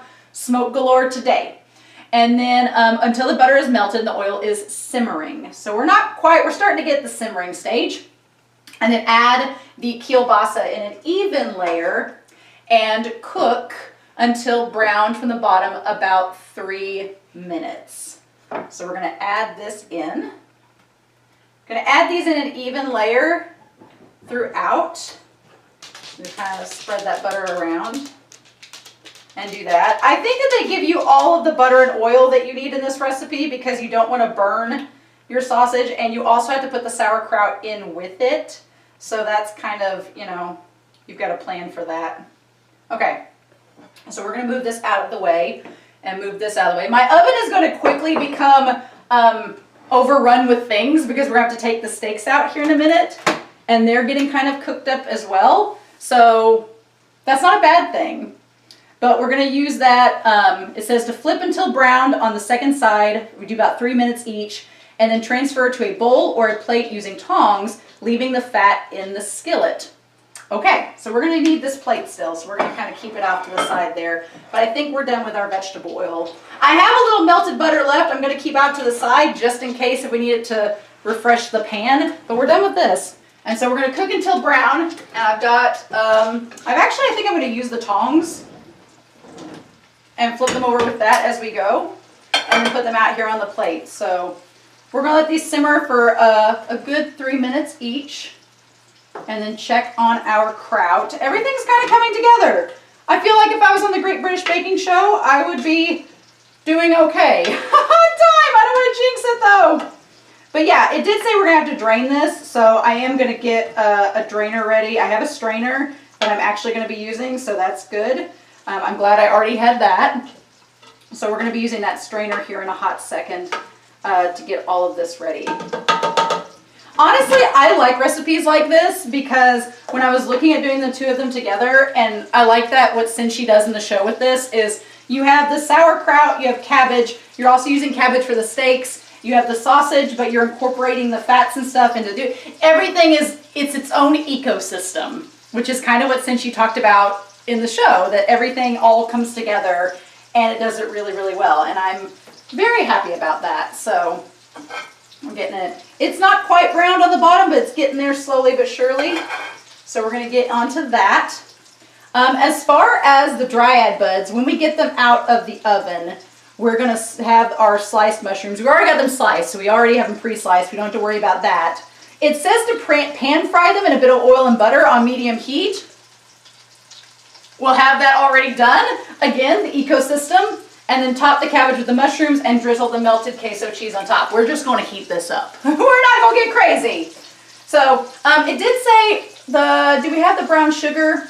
When did we put in the brown sugar? We put in the brown sugar after we add the sauerkraut, red onion, and the 2 tablespoons of brown sugar afterwards. So we're not ready for the brown sugar yet. That's good to know. All right. And then we'll taste and season after that's done. So far coming together. I'm going to go ahead. They're starting to get, you can kind of see they're browned on the bottom. So I'm going to go ahead and start flipping these over to let the other side cook. I like this idea of letting them cook a little pre-cooked before you put in the sauerkraut. Some of those aren't, well, they're kind of done. I think it depends on how thin the sausage was as well. So some of these are a little more done than others. But we're going to go ahead and flip them.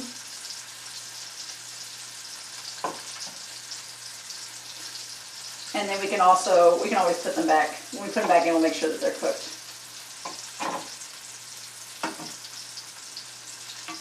I think because these are sliced so thin, they're also going to cook a bit faster than, say, a steak or something like that. And they're also already processed. You can make with that what you will. But yeah, I'm probably going to turn these over one more time just because some of these are a little bit lighter than others. I'm going to try to move them towards the middle to get them more on the heat and heat it up. I have a dual thing going, but I'm going to push them all together. I do also think that the sausage will have some fat come out of it as well to add to the butter. You can kind of actually, I'm going to show you all sort of what this looks like. So you can kind of see the sausage simmering there, but there is also a bunch of little fat globules that are coming out from the sausage. So the fat is going to kind of cook there with the oils. And then when we put in the sauerkraut, which is coming along, that's going to kind of soak it up and I feel help to caramelize it as well. So I'm glad that this is coming along smoothly so far.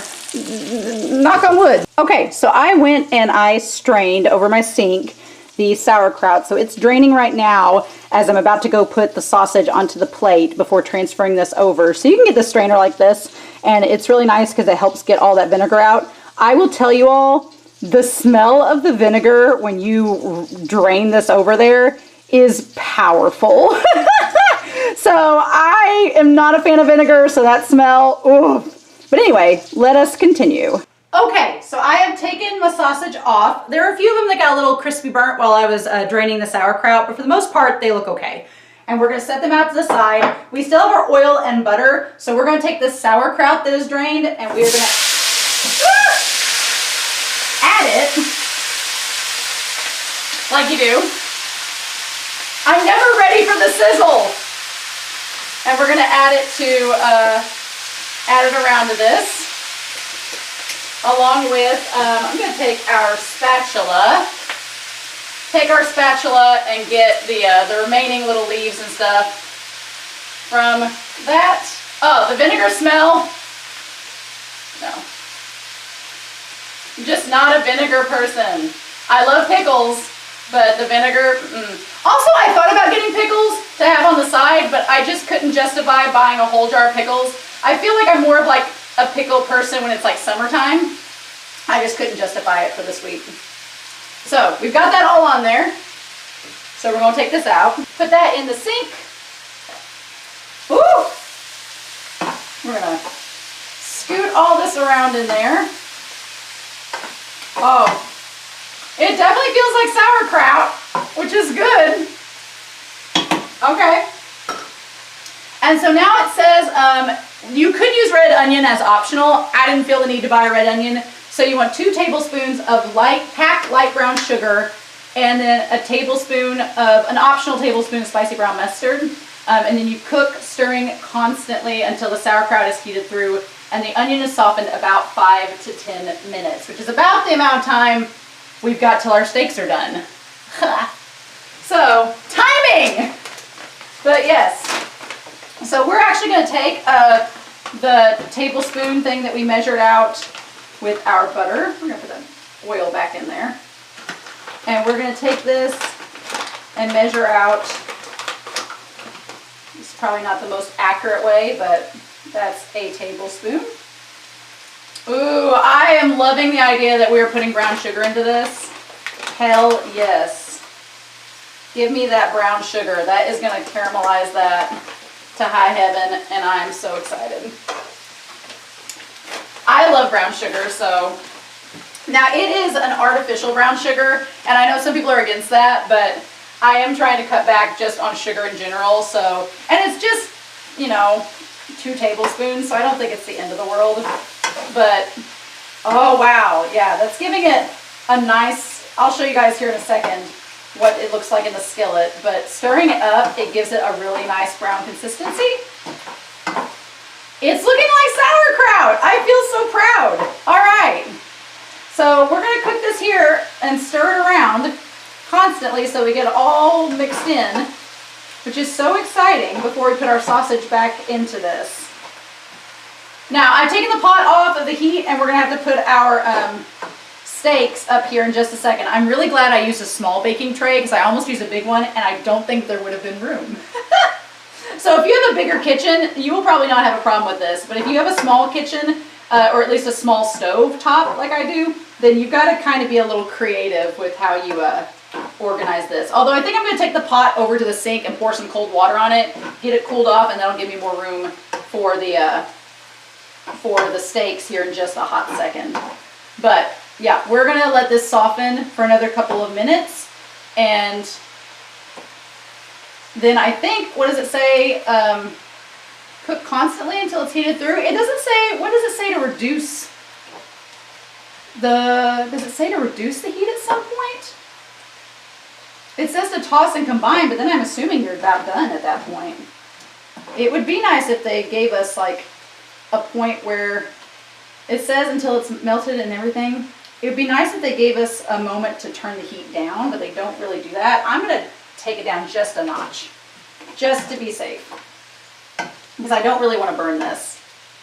Okay, we're about ready for those to come out. We're going to let this keep cooking for just a little wee bit, and while that is happening, I'm going to go ahead and put this in the sink and then come back and get our steaks out, and if that'll be about time to toss in the sausage. Okay, so I realized something about the mushrooms. We can't pan fry the mushrooms in this because this is still going to be there. So I got out another little pan. Luckily, the melted butter that we used back when we brushed over the cabbage steaks, luckily we did not use all of that butter, so waste not, want not. We're going to be taking, oh my gosh, it's already like congealed up again. That was like within 45 minutes. That's crazy. We're going to take that butter and put it in the pan here along with some oil. I can't believe the butter congealed up that fast. That blows my mind. You know, chemical changes. So we're going to get that like kind of stirred up in there for the mushrooms.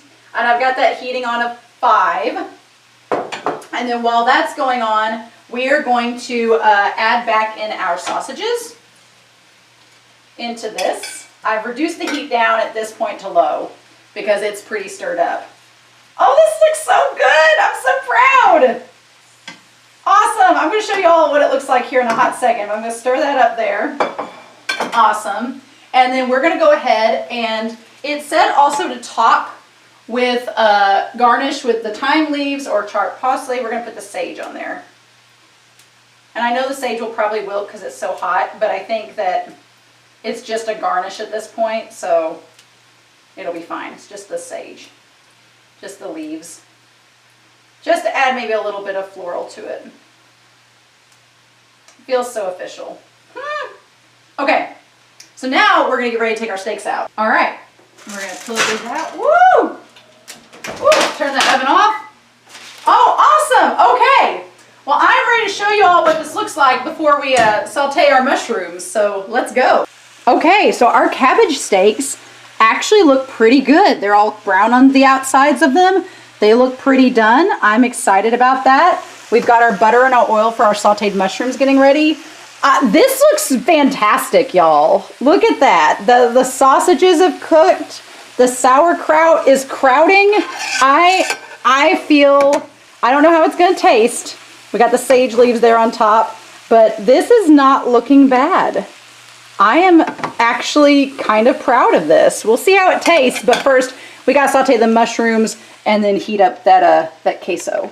All right, so we're gonna take a couple of these portobellos that are already kind of, they're already cut in slices as they would. I think I wanna put like 3 on per. I think if I make too many for the cabbage steaks, I'll just incorporate them into the sauerkraut. So we'll just do a couple. Just enough to where they'll cook in there. And then whatever else we have, we'll just throw in with the sauerkraut and call it a day. All right. See, I didn't use very many out of that entire container, so I like portobellos, so I'll probably cook these with some peppers or something for fajitas, but I want to do the flip them over, you know, like you do. Get them all coated, which sounds about right. Yeah, because who wants to eat a mushroom that's like hard on top of a cooked cabbage steak, you know? All in all, when I started getting this prep ready and everything, it's been about an hour and a half worth of like prep and filming. So this is honestly one of the more time-consuming cooking things, but honestly, I'm pretty excited about it. I'm not gonna lie. And if you think about it, I know I said the sausage has a lot of fat in it, which it does, and a lot of calories per serving, but your cabbage has virtually nothing. And then you do have the butter in the mushrooms and everything. The butter and the oil does add, but overall, you're probably not looking at a lot of caloric intake for this meal compared to, you know, like a cheeseburger and fries. So when you think of it that way, it does kind of help. All right, so we are sauteing these suckers, getting this in the butter and the oil. I'm glad we kept that leftover butter. I almost threw it out, so I'm glad that we kept it to saute these mushrooms. And it says on there to mainly saute them on both sides for 3 minutes each. Well, we've been stirring them all over, so we'll just give it another minute or two. I do want to take the test and see if I can slide my knife in to the cabbage steaks. Oh, they be tender. That's exciting. Yay! I'm going to heat my queso up. As you can see, I've used most of it in my own Mexican food I had the other day. So I'm going to heat this up in the microwave for about 20 seconds. And then by the time we get it out and everything, these will probably all be about done and we'll be about ready to go. The sauerkraut and sausage is pretty much all just cooked and chilling out at this point, which is fun. It's just chilling out, having a good time, which I am excited about. All right, so we're sauteing these shrooms, getting them all good to go. I'm gonna heat this up. My dogs are having fun and we'll be right back. All right, we're gonna try to get this angle since Broseph isn't here. I will say, having sauteed the mushrooms, the smell of the mushroom that's coming out is so good. It smells mushroomy, and that's the only way I can describe it. So we're gonna take these little sauteed mushrooms, we're gonna put them there on, I might put that one over here on the big one. There we go. And we're gonna put these little mushrooms kind of over there just to give it the standard as you would expect. I'm actually gonna move these again because I keep finding like smaller mushrooms that fit that one better. Perfect. So then we're gonna put these mushrooms just on there as they have been dictated to us by Cinchi. Now that they are sauteed. I'm pretty excited about this. This should be a lot of fun. I would definitely want to get the angle of the cheese sauce. All right, so we have our mushrooms placed on our steaks. We're gonna turn that one stove off. We're gonna put this down on low. And then I've heated up our cheese. So we gotta do like the Cinchi, we gotta do the Cinchi melt. Yeah, oh God! Yeah. Get in on that, yes. Oh, I love it. I should have transferred this to a plate before I did this, but it's too late now. It's all right. Awesome. So yeah, we're gonna put those on a plate along with our sauerkraut, and we are ready to dine in. So this looks pretty darn good. I'm not gonna lie. I gotta get like a hair. The good thing is when you bake at home, you know whose hair it is. So I was like, oh, that looks like a Ruby hair. We're gonna get that out of there. This honestly looks really good. I'm kind of sad my brother's not here to have some, but I'm definitely gonna bring him some sauerkraut and sausage. So I've got plenty. So my family's gonna be having some of this if it turns out all right. So I will say my only hesitation is compared to sauerkraut that I've had that has been store-bought, this definitely has more of the vinegar taste. Like you can smell the vinegar from a mile away. So I am a little curious about that. If you like vinegar, it probably isn't gonna make a difference, but I can smell it. So let's just have some of the sauerkraut by itself.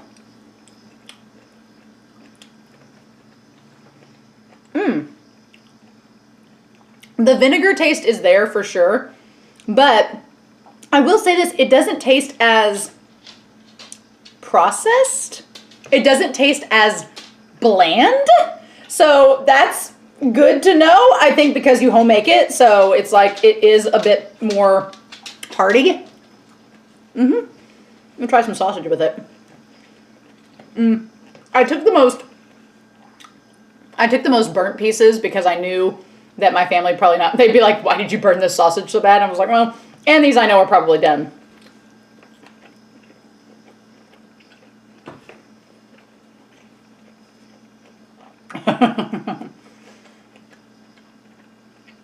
It may not be the best thing for you, but usually the worst thing for you are really good. Oh dang, that's tasty. That is tasty, y'all. I have done my German heritage proud. My 48% German roots are so happy right now. I'm so excited. That tastes actually great. I've been wanting to dive into this cabbage steak though and see. I want to take this cabbage steak without the mushroom first to see if it got done. Ooh. Oh.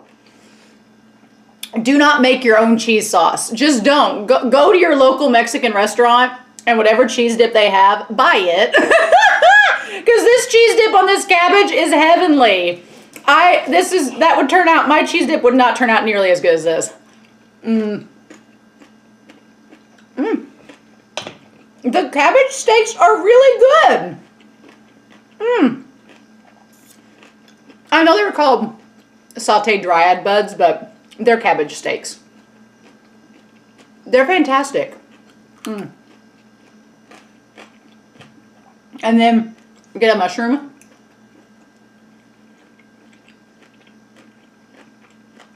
Oh my God. I'm going to go buy more cabbage and start making cabbage steaks because this is that good. It is not bad. And honestly, the cabbage steaks I was a little worried about from the instructions. They were the easiest to make. You just chop the 1-inch parts and put them in the oven with them brushed with the butter. Let them cook for 45 minutes while you go do something else like make sauerkraut and kielbasa. And then you come back and then you have to saute the mushrooms. But if you don't like mushrooms, you could just chop with a cheese dip. You can honestly have this without the mushrooms and just the cheese. Now, I will say this. The reason why I picked the Irish white cheddar is because it was labeled as being more bitter. And Laios in the episode said the cheese was bitter. And that's what I kind of wanted. This Mexican cheese dip, this queso, is not bitter. It's not, but that's okay. I have a sweet tooth by nature, so this is automatically like a win for me. Oh man, you know what? I would say in all honesty, I thought the dragon steaks and the chicken were my favorite, but I think as far as accomplishments, this one is probably my favorite so far. I think I've accomplished the most with it. Maybe because my brother wasn't here as a distraction. We're not going to tell him that though. And then you get that core of that cabbage and it's cooked really, really well. Yeah. I think of all the dishes I've made so far, this is the one I will repeat the most. I'm most likely to repeat this because it wasn't hard to make. I could do this one afternoon on a weekend. I can make enough of that to last me a while. And you can alter the recipe if you need to. And honestly, the worst part about it is going to be the cleanup. As you can see, there are dishes everywhere. The cleanup is going to be the hardest part. But honestly, other than that, this is delicious. Delicious and dungeon certified. Maybe I'm just getting better at cooking. Well, episode 13 wouldn't. That's a big leap. Episode 13, but...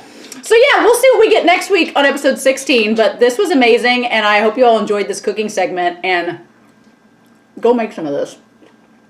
It's delicious. But in the meantime, I can't stop eating it. It's too good. I hope you all have a wonderful week. Please stay safe. Take care. I'm going to finish this, feed my dogs, and I'll see you all next week with episode 16 of Delicious in Dungeon. Bye!